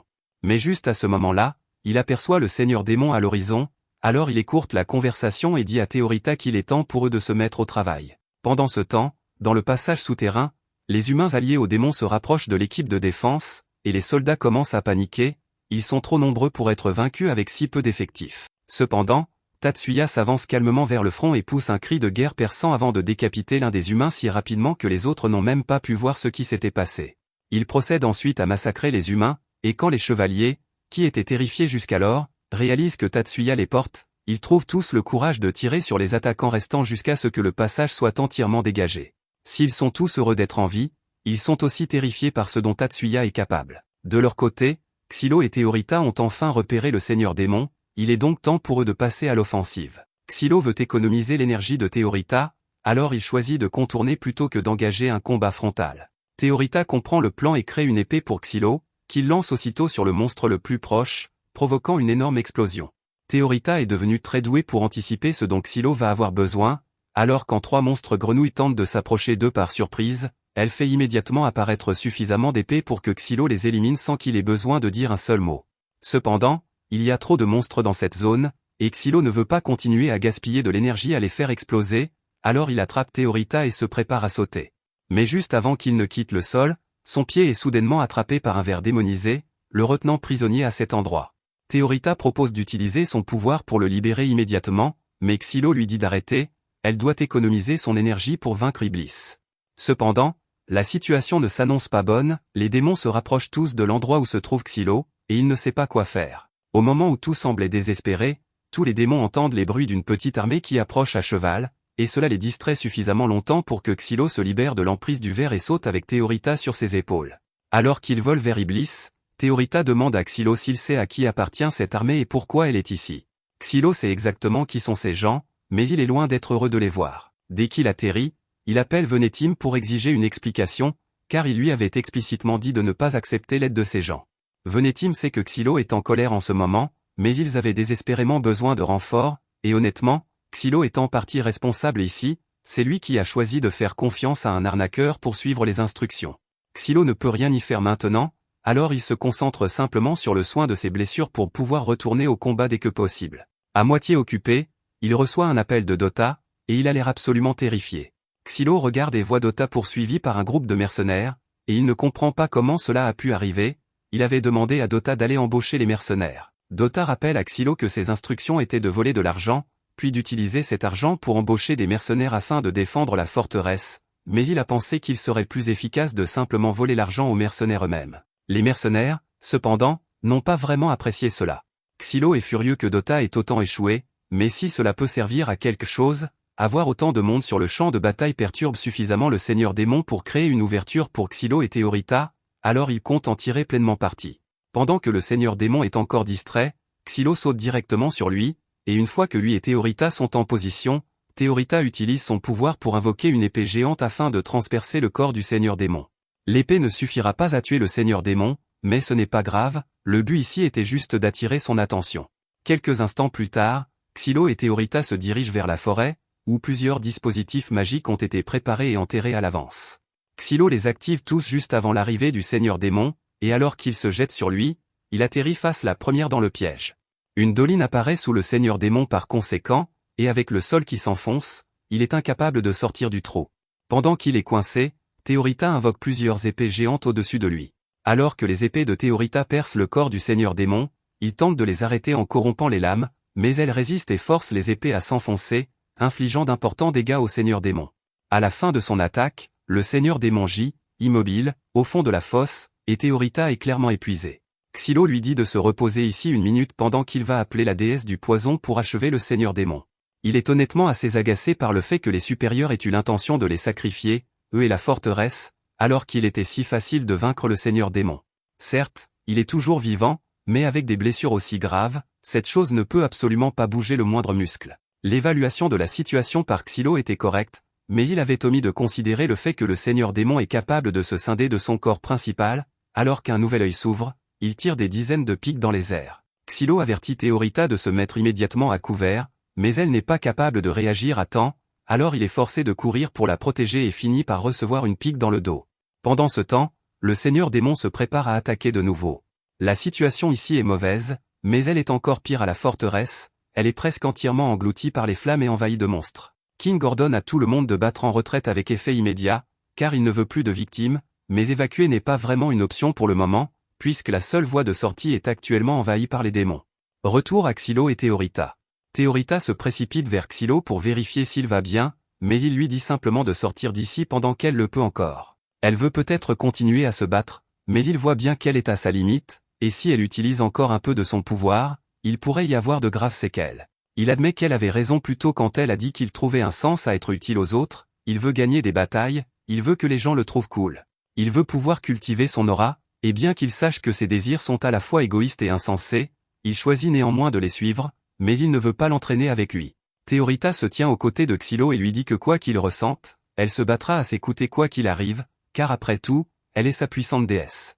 Elle lui dit que s'il veut vraiment qu'elle survive, alors tout ce qu'il a à faire est de s'assurer qu'il gagne, et Xylo a l'air d'être d'accord avec ça, alors il lui dit d'être prête à gagner ce combat quoi qu'il arrive. Alors que le seigneur démon se transforme en une forme volante plus petite, Théorita enlève sa cape et dit à Xylo qu'elle va lui fabriquer une épée spéciale. Xylo demande si l'épée sera assez puissante pour vaincre un monstre presque immortel, alors elle explique qu'elle est sur le point d'invoquer une épée sacrée, et il n'y a presque rien qu'elle ne puisse détruire, mais elle ne pourra pas la faire durer longtemps, alors il ferait mieux de ne pas manquer son tir. Le seigneur démon tente d'utiliser ses tentacules pour arrêter Xylo, et il réussit à le transpercer de part en part. Mais grâce à des tirs de couverture de Dota et de Save, Xylo parvient à attraper l'épée sacrée, et alors que le seigneur démon fonce sur lui, il le laisse lui mordre le bras comme appât avant de le planter droit dans l'œil avec l'épée sacrée.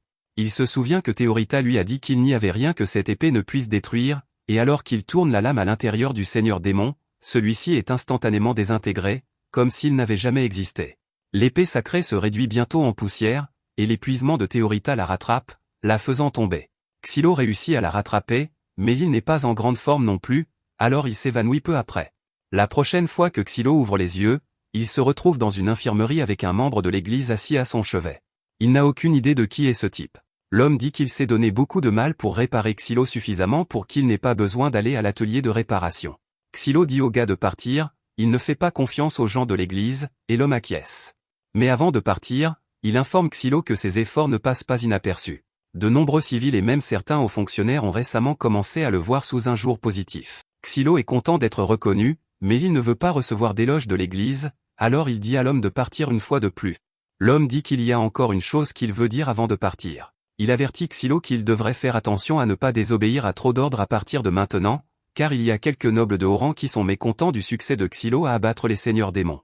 Ils font partie d'une faction appelée les coexistentialistes de la brûlure démoniaque, et le nom est assez explicite. Il laisse Xylo décider de ce qu'il va faire de cette information. Une fois l'homme parti, Théorita entre dans la pièce pour prendre des nouvelles de Xylo, et pendant un instant, Xylo a des flashbacks de la façon dont Sonurva agissait de la même manière. Théorita remarque l'air absolument choqué sur son visage, et elle s'inquiète que Xylo ait pu l'oublier à cause de ses blessures. Mais il lui tapote la tête et dit qu'il ne pourrait jamais l'oublier. Peu de temps après, Kivia entre dans la pièce et dit à Xylo qu'elle a des nouvelles pour lui, mais Xylo lui demande de revenir plus tard parce qu'il n'est pas d'humeur à discuter de problèmes pour le moment. Malheureusement, Kivia lui dit qu'il va devoir l'écouter parce que c'est important, et que ça concerne ce qu'il attend maintenant qu'il a vaincu un autre seigneur démon. Il y a eu beaucoup de disputes sur ce qui devrait arriver à Théorita entre l'armée et l'église, mais après la récente victoire, l'armée a été forcée de reconnaître l'utilité de Théorita, et en conséquence, il a été décidé que Théorita et Xylo seraient temporairement affectés au 13e ordre des chevaliers dont Kivia est responsable. Xylo n'aime pas du tout ça car cela fait longtemps qu'il n'a pas eu de pause, mais Kivia explique que tout ce qu'il aura à faire est de rester dans cette ville pendant un certain temps et de s'assurer que Théorita soit protégée. La façon dont elle a dit cela inquiète Xylo, qui pense que quelqu'un en a après Théorita, et Kivia le confirme, expliquant qu'il y a quelques hérétiques parmi les membres qui refusent toujours de reconnaître Théorita comme une nouvelle déesse, donc il est possible qu'ils commanditent des assassins pour s'en prendre à Théorita.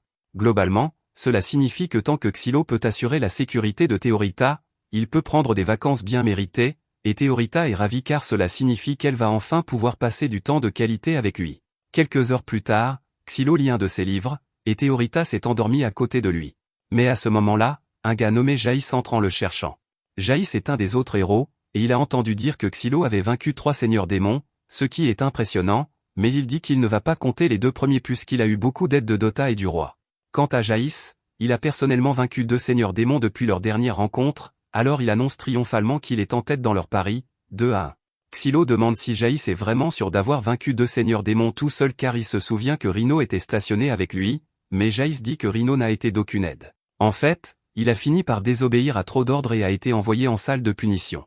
Il commence alors à se vanter auprès de Xylo en disant à quel point il est meilleur, mais Théorita se vexe et dit à Jaïs qu'il n'a pas le droit de manquer de respect à Xylo comme ça. Jaïs commence alors à manquer de respect à Théorita à la place, et elle est sur le point de péter un câble, mais Xylo lui dit que ça ne sert à rien de discuter avec quelqu'un comme Jaïs. Jaïs exige alors que Xylo paie pour avoir perdu le pari, et Xylo veut juste se débarrasser de lui, alors il donne l'argent à Jaïs et lui dit de partir. Une fois Jaïs parti, Théorita demande quel est le problème de ce type, alors Xylo explique que Jaïs est le dragonnier de leur équipe, et qu'il avait été épinglé pour avoir cultivé et vendu des substances illégales pour dragons à une époque. Mais son principal crime était une accusation de mutinerie lorsqu'il a tenté de libérer tous les dragons du royaume malgré l'ordre de ne pas le faire. Normalement, il aurait été arrêté en un jour, mais Jaïs vient d'une puissante famille noble, et les dragons semblent l'adorer pour une raison quelconque, donc il a causé pas mal de dégâts avant d'être attrapé. Quelques instants plus tard, Venetim passe nerveusement la tête par la porte pour prendre des nouvelles de Xylo, et dès que Xylo le voit, il se lève du lit et le plaque contre un mur. Il est furieux parce que Venetim est allé de l'avant et a accepté l'aide de la Master Bold Brigade, alors qu'il lui avait explicitement dit de ne pas le faire. Mais Venetim se défend en faisant remarquer que les choses auraient fini bien pire si la Master Bold Brigade n'était pas arrivée en renfort. Xylo ne peut pas le nier, mais il est toujours en colère quand même parce qu'il sait que Venetim doit lui cacher quelque chose. Venetim nie d'abord, mais après avoir été menacé, il révèle que Franchi a bien demandé à rencontrer Xylo, et Xylo n'est pas content d'entendre ça. Théorita n'a aucune idée de ce qui se passe, alors elle demande à Xylo qui est Franchi, et il révèle que c'est son ex-fiancé. Quelques minutes plus tard, Xylo accepte de rencontrer Franchi, et elle dit immédiatement qu'elle est déçue car Xylo a empiré depuis la dernière fois qu'elle l'a vu. Elle le compare à une chenille, et la plupart seraient offensés par cela, mais Xylo sait que Franchi n'essaie pas d'être méchante. Elle dit juste ce genre de choses de temps en temps. Il lui dit qu'elle doit travailler ses comparaisons, et Franchi s'excuse car elle ne savait pas que ce qu'elle avait dit était insultant. Elle voulait juste encourager Xylo à se comporter d'une manière digne d'un futur membre de la famille Mastibolt. Elle demande alors si la fille à côté de lui est la déesse dont tout le monde parle, et dès que Théorita a l'occasion de parler, elle demande à Franchi de préciser la nature de sa relation avec Xylo. Xylo dit qu'il a déjà mentionné que Franchi est son ex-fiancé, mais Franchi l'interrompt et précise qu'elle a toujours l'intention de l'épouser, donc il n'y a rien des « ex » dans leur fiançailles. Xylo rappelle à Franchi qu'il est maintenant un héros, et juridiquement parlant, les héros ne sont même pas considérés comme des humains, donc il n'y a aucune chance qu'elle soit autorisée à l'épouser. Théorita devient un peu jalouse à l'idée que Franchi puisse lui voler Xylo, mais pendant qu'elle essaie de revendiquer sa propriété sur lui, Franchi ne la prend pas vraiment au sérieux. En fait, elle compare la situation à l'époque où l'animal de compagnie de son père est devenu obsédé par Xylo tout en la détestant absolument. Théorita est offensée par le fait que Franchi vient de la comparer à un animal de compagnie, mais Franchi l'ignore et dit à Xylo qu'il n'a pas à s'inquiéter de son statut de héros car elle travaille actuellement à obtenir sa grâce.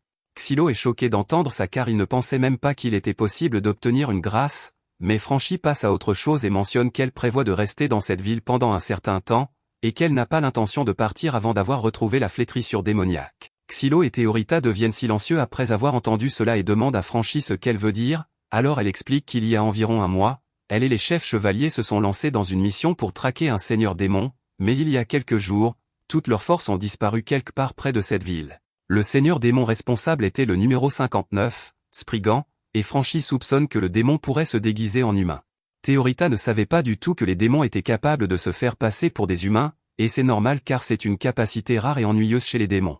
Cela signifie que ça va être plusieurs fois plus difficile de traquer ce démon, surtout qu'il a très probablement déjà trouvé le moyen d'entrer dans la ville, alors Franchi avertit Xylo de rester sur ses gardes. C'était à peu près tout ce qu'elle avait à dire, alors elle se lève pour partir, mais avant de le faire, elle demande qui est la personne qui les espionne derrière ce mur. Il s'avère que Kivia les a espionnés tout ce temps, et elle essaie d'inventer une excuse, disant qu'elle est tenue de surveiller Xylo, mais Franchi sait qu'elle ment. Bien qu'il ne veuille pas en faire toute une histoire, elle laisse simplement tomber. Plus tard dans la journée, Xylo, Tioretta et Kivia sortent tous dehors, et Théorita dit qu'elle veut aller faire du tourisme parce que Dota a mentionné que cette ville avait beaucoup de nourriture gratuite disponible. Mais Xylo lui dit que la nourriture n'est pas gratuite, Dota volait juste. En plus, ils n'ont pas le temps de faire du tourisme puisqu'ils sont là pour attirer les hérétiques du temple qui en veulent à Théorita. Mais sur le sujet de la protection de Théorita, Xylo lui dit qu'elle n'a le droit de parler à personne de l'épée sacrée qu'elle a fabriquée car si le temple découvrait qu'elle a ce genre de pouvoir, leur vie deviendrait beaucoup plus compliquée. En attendant, Xylo et Kivia vont accompagner Théorita en permanence pour s'assurer qu'elle est en sécurité, mais Xylo veut emmener une personne de plus pour être sûr de couvrir toute leur base. Venetim est à peu près inutile comme garde, donc c'est non. Dota finirait par voler un tas de trucs s'il était lâché en ville, et quant à Bryce, il est trop occupé à s'occuper de ses dragons, donc la seule option restante est Tsav, même si Xylo n'aime vraiment pas le fait que Tsav ne puisse pas juste la fermer. Tsav n'arrête pas de parler de à quel point l'organisation Wonosa était tordue. Il se disait ordre religieux, mais ils étaient le mal pur. Ils faisaient des sacrifices humains, offraient des enfants aux dieux, et ensuite buvaient le sang de ces enfants, mais ce n'est pas comme si ça pouvait arriver dans la vraie vie, pas vrai? Bref, puisqu'ils sont là de toute façon, Théorita demande à Xylo de venir choisir un souvenir pour commémorer leur première vraie sortie ensemble, et Xylo accepte. Pendant que Théorita est occupée à regarder les articles disponibles, Xylo demande à Tsav s'il a une idée de ce qu'un assassin pourrait tenter pour atteindre Théorita dans un endroit comme celui-ci. Tsav explique qu'il est possible qu'ils essaient de se fondre dans la foule et de trancher la gorge de Théorita en passant à côté, donc c'est quelque chose auquel ils doivent faire attention.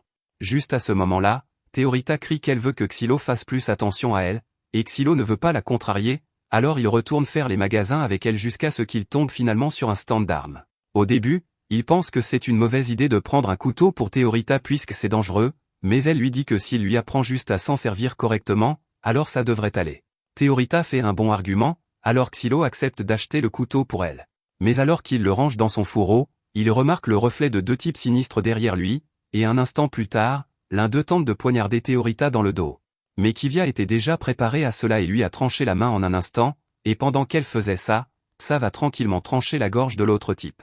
Mais il y en a d'autres en chemin, alors Kivia dit à Xylo de prendre Théorita et de courir pendant qu'il s'occupe du reste. Xylo et Théorita se feraient rapidement un chemin à travers la ruelle, et quelques instants plus tard, Kivia et Tsav les rattrapent, mais ils peuvent dire que quelque chose ne va pas. Kivia avait stationné des tonnes de chevaliers dans cette zone pour fournir des renforts en cas d'attaque contre Théorita, mais il n'y en a aucun dans la zone actuellement, et Kivia craint qu'il ne leur soit arrivé quelque chose.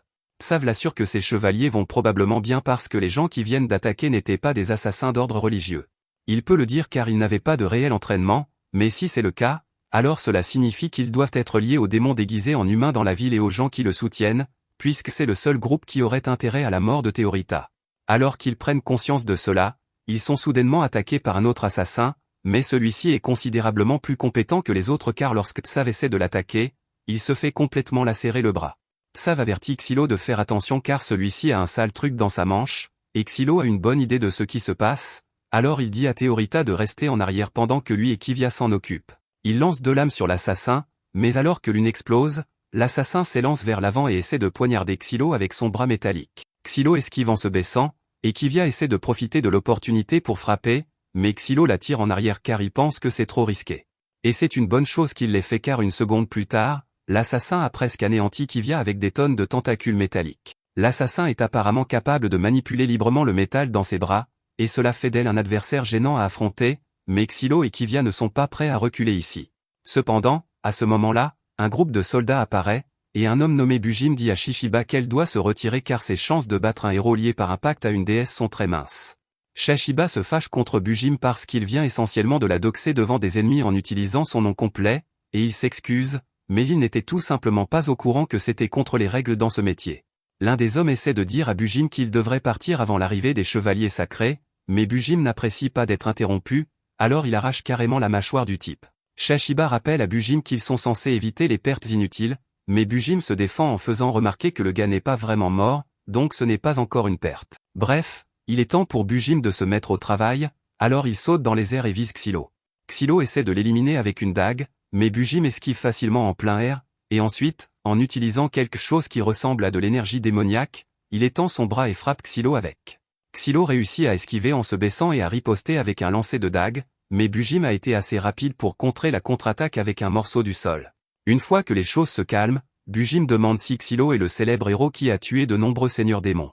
Xylo ne répond pas et demande plutôt si Bujim faisait partie d'un cirque ou quelque chose du genre parce qu'aucun humain normal ne devrait être capable de bouger aussi souplement que lui.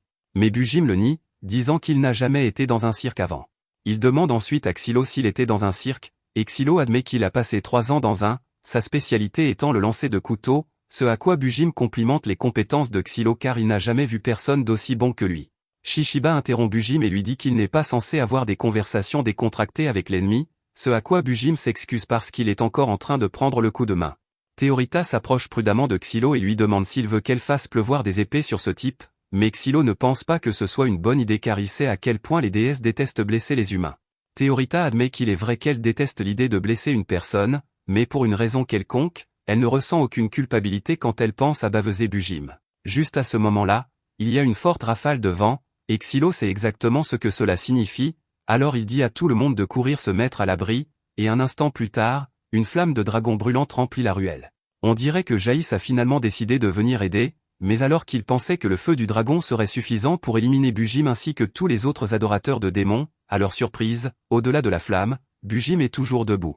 Il dit que ce fut une expérience très éducative, mais que cette flamme de dragon a fait énormément de dégâts à son corps, donc il est forcé de battre en retraite pour pouvoir se régénérer correctement. Voir tout cela arriver confirme à peu près que Bujim est en fait le seigneur démon Spriggan. Après que tout fut terminé, Kivia convoqua une réunion avec tous ses lieutenants pour discuter de la situation. Grâce aux efforts de Xylo et Jaïs, ils avaient réussi à déjouer l'attaque des assassins, mais l'ensemble du réseau de chevaliers que Kivia avait mis en place à l'avance était en quelque sorte décimé, et l'exécution était bien trop précise, elle pense donc que les assassins disposaient d'informations internes. Tous les lieutenants sont inquiets car s'il y a vraiment une taupe, cela les met dans une position difficile. L'un d'eux suggère de limiter les informations concernant la protection de Théorita aux seules personnes de confiance, mais Xylo l'interrompt et dit que c'est une idée stupide car, étant donné la situation actuelle, ils ne peuvent faire confiance à personne. Pour autant qu'ils sachent, la taupe pourrait être l'un d'entre eux, dans cette pièce, en ce moment même. Donc, s'ils veulent vraiment découvrir qui c'est, ils suggèrent de faire appel à la 12e ordre des chevaliers sacrés pour enquêter. L'autre chevalier s'oppose à l'idée car, bien que la 12e ordre soit spécialisée dans l'investigation, ses membres ne se montrent pas en public, donc les appeler pour une telle tâche les mettrait dans une position difficile. Cependant, Xylo dit qu'ils n'ont pas le choix car, tant qu'ils n'auront pas trouvé la taupe, toute leur opération est vouée à l'échec. Xylo et les lieutenants semblent être en désaccord, alors Kivia intervient et demande l'avis du conseiller qu'elle a fait venir, le prêtre Marlin, sur la situation.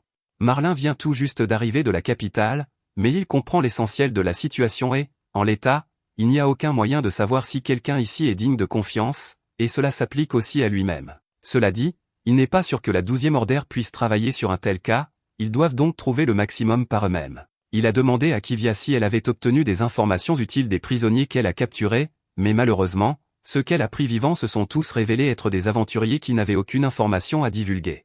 Cela aurait été différent si elle avait réussi à capturer l'un des assassins vivants, mais ce n'est pas le cas, et Kivia s'en veut pour cette erreur. Marlin lui dit qu'elle ne devrait pas prendre cela trop personnellement car ce n'est pas de sa faute, et Kivia promet d'en tenir compte. Marlin aimerait qu'elle soit un peu moins formelle avec lui puisqu'il est son oncle, mais à ce moment-là, Xylo l'interrompt car il a quelque chose à dire. Kivia essaie de lui dire de se taire, mais Xylo dit qu'il est certain que son opinion est pertinente pour cette discussion car, sinon, il n'oserait pas interrompre quelqu'un d'aussi haut placé que Marlin.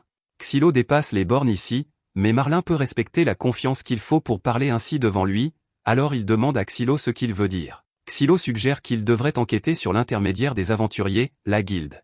Le représentant de la guilde des aventuriers est un homme nommé Lydio Sodri, et il gère à la fois la guilde et la ville champignon qui l'entoure, ce sera donc leur premier arrêt. Après que les détails sont finalisés, Xylo finit par rencontrer Venetim. Venetim demande nerveusement si tout s'est bien passé là-bas, et au début, Xylo ne comprend pas ce qu'il veut dire, alors Venetim explique qu'il craint qu'il n'ait reçu une nouvelle punition pour ce qui s'est passé, mais Xylo lui dit que ce n'est pas le cas. La réunion a été assez équitable dans l'ensemble, donc il ne leur arrivera rien de mal. Cependant, Venetim a toujours l'air très inquiet. Pendant ce temps, Lydio rencontre Shishiba et Bujim, et ils n'arrivent pas à croire qu'ils ont échoué dans la mission qui leur avait été confiée. Shishiba dit que ce n'est pas de sa faute car s'occuper d'un dragon ne faisait pas partie du plan, et de plus, elle dit qu'elle ne veut plus travailler avec Bujim. Elle le traite d'amateur complet et dit à Lydio qu'il devrait se débarrasser de lui dès que possible. Cependant, Lydio l'informe que Bujim est l'une des personnes les plus fortes qu'il ait jamais rencontrées. Il y a quelques jours, 10 aventuriers ont fini par se battre avec Bujim dans une maison de jeu, et à la fin, Bujim les avait tous tués sans même transpirer. Il dit à Shishiba que si elle est si préoccupée par le fait que Bujim soit un amateur, elle n'a qu'à lui apprendre à être un pro. Elle ne peut pas discuter cela, mais elle dit qu'elle veut une augmentation de salaire. Lydio lui demande si elle pense vraiment mériter une augmentation après un échec aussi spectaculaire, et Shishiba est offensée par son ton, alors elle tente de l'attaquer. Mais avant qu'elle ne puisse le faire, la petite sœur de Lydio, Erie, s'avance et la menace avec un couteau. Shishiba est toujours en colère, mais elle sait qu'elle ne pourrait pas battre Erie facilement, alors elle recule, et Lydio dit à Erie de se calmer pour l'instant. Il attrape ensuite un sac de pièces et le lance à Shishiba pour la calmer, mais il lui rappelle que tant qu'elle n'aura pas accompli la mission comme indiqué, elle n'aura pas le reste de son argent.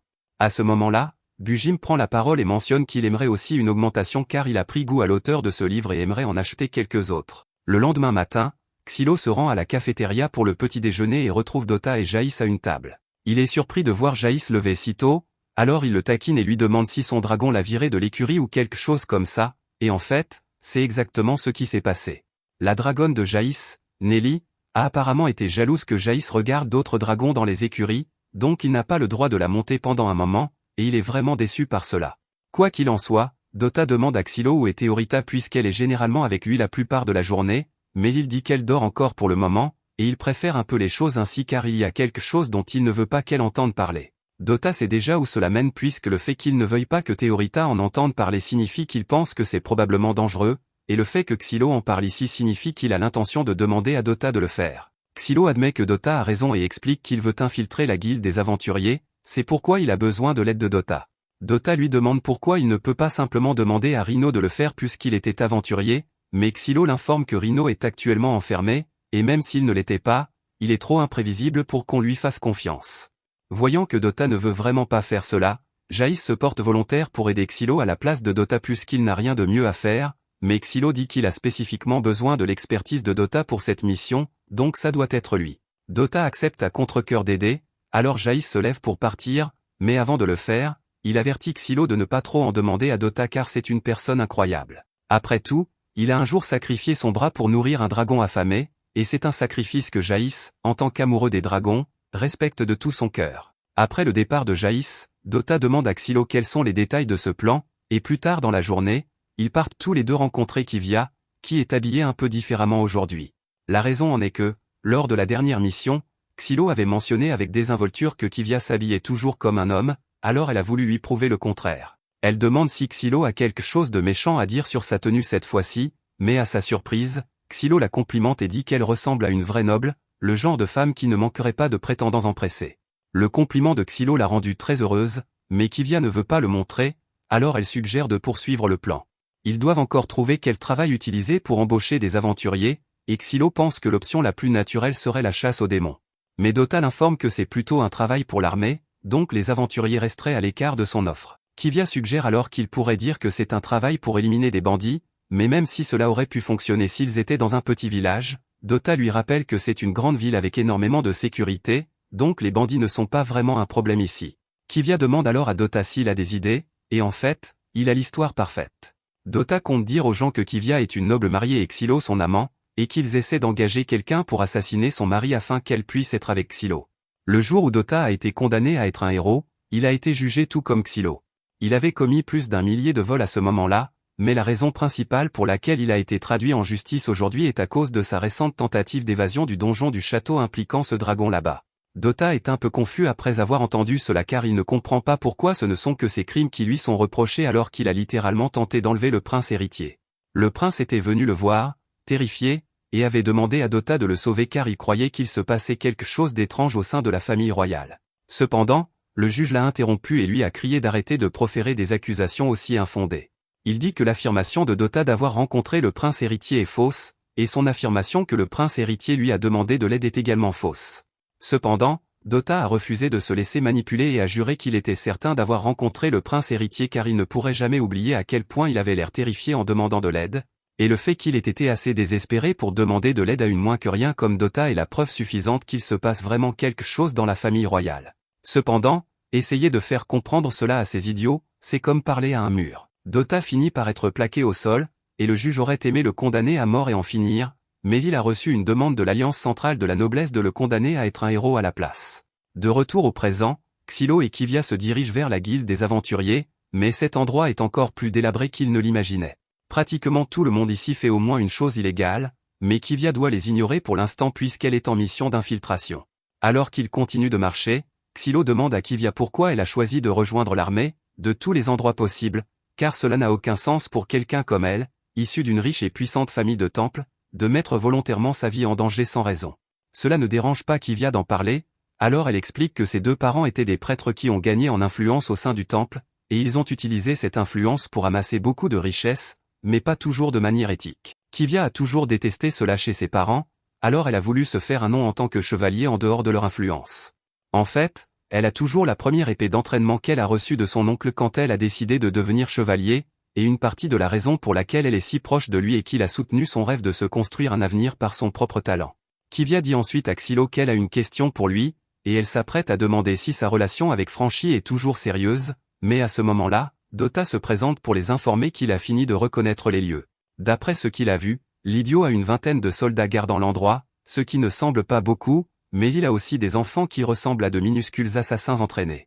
Xylo n'est pas surpris d'entendre cela car des rumeurs courent que la guilde des aventuriers recueille des orphelins et les forme pour en faire des assassins loyaux, mais cela le rend tout de même malade. Le plan est que Dota enlève l'idiot pendant que Xylo et Kivia créent une agitation à l'intérieur, alors ils continuent leur chemin vers la guilde, et Kivia serre le bras de Xylo pour maintenir leur couverture. Mais malheureusement, l'idiot sait déjà qu'ils sont là grâce à ces petits assassins. Il est particulièrement inquiet de la présence de Xylo ici, mais si les circonstances sont bonnes, il pourrait peut-être capturer Xylo vivant. Les enfants promettent de faire de leur mieux pour le capturer, mais au cas où, l'idiot leur dit de contacter Shishiba et Bujim en renfort et de réveiller Dursami également. Pendant ce temps, au comptoir de la réception, Kivia frappe du poing sur la table et demande à engager un assassin. La guilde devient immédiatement silencieuse, soupçonneuse, quand elle dit cela car il n'y a aucune chance que quelqu'un qui voudrait engager un tueur le dise à voix haute comme ça. Kivia fait de son mieux pour jouer le rôle d'une noble éprise d'amour, mais c'est vraiment embarrassant à regarder, et les réceptionnistes ne semblent pas non plus y croire, alors Xylo commence à penser qu'il serait plus simple de simplement faire sauter cet endroit pour créer une distraction pour Dota.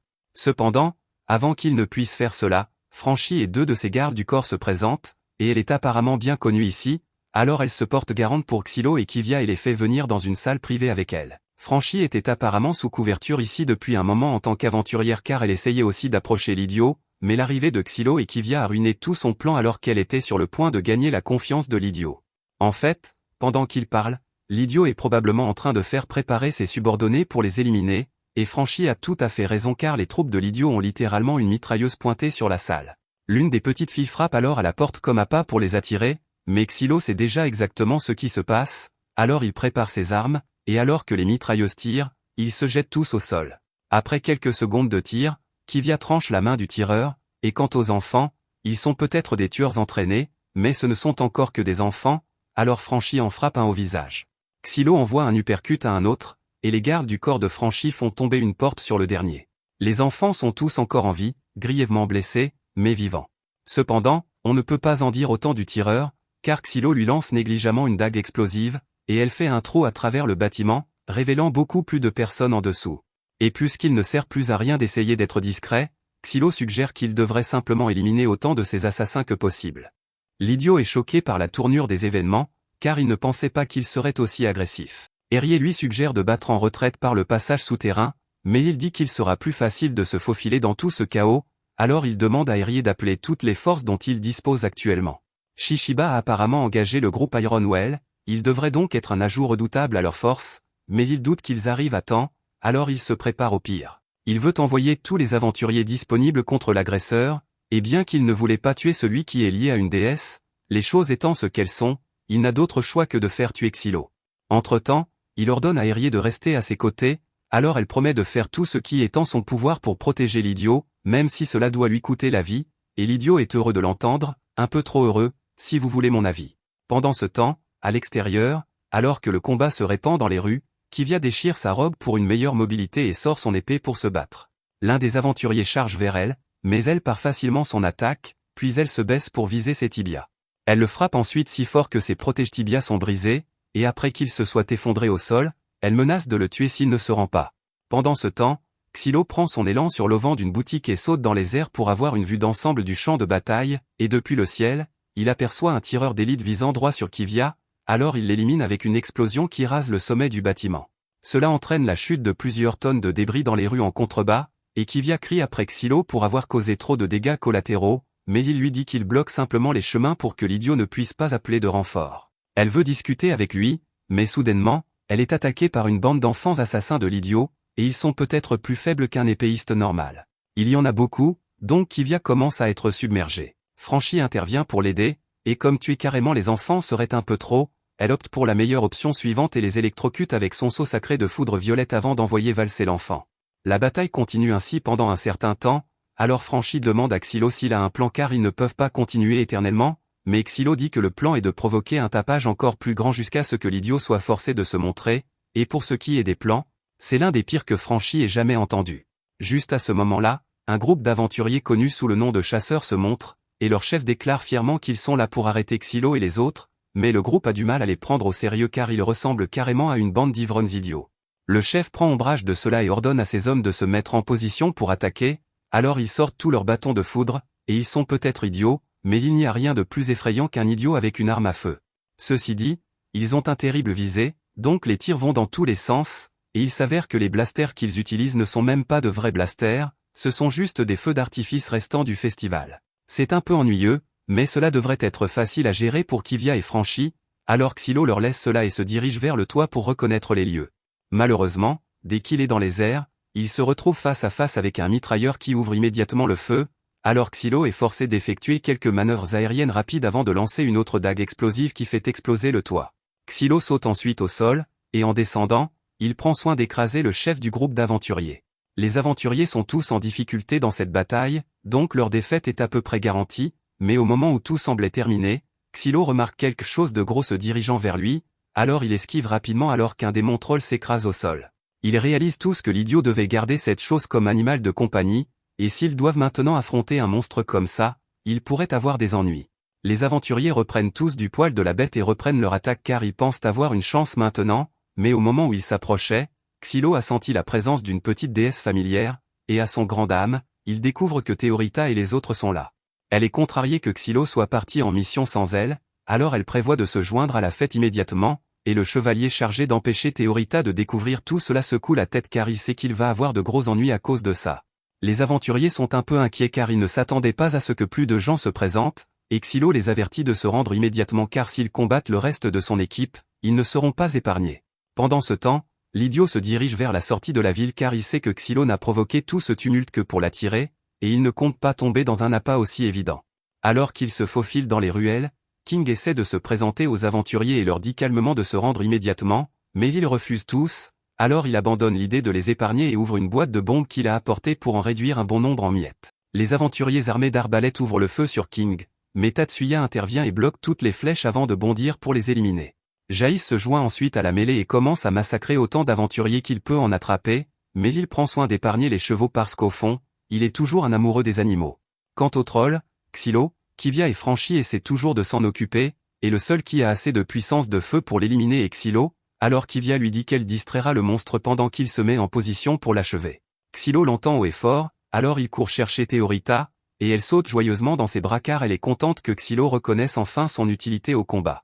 Tout en volant dans les airs, Théorita active sa capacité et fait pleuvoir une pluie d'épées sur le troll, et pour l'achever, elle crée une dernière épée, que Xylo lance sur le troll, le réduisant en morceaux.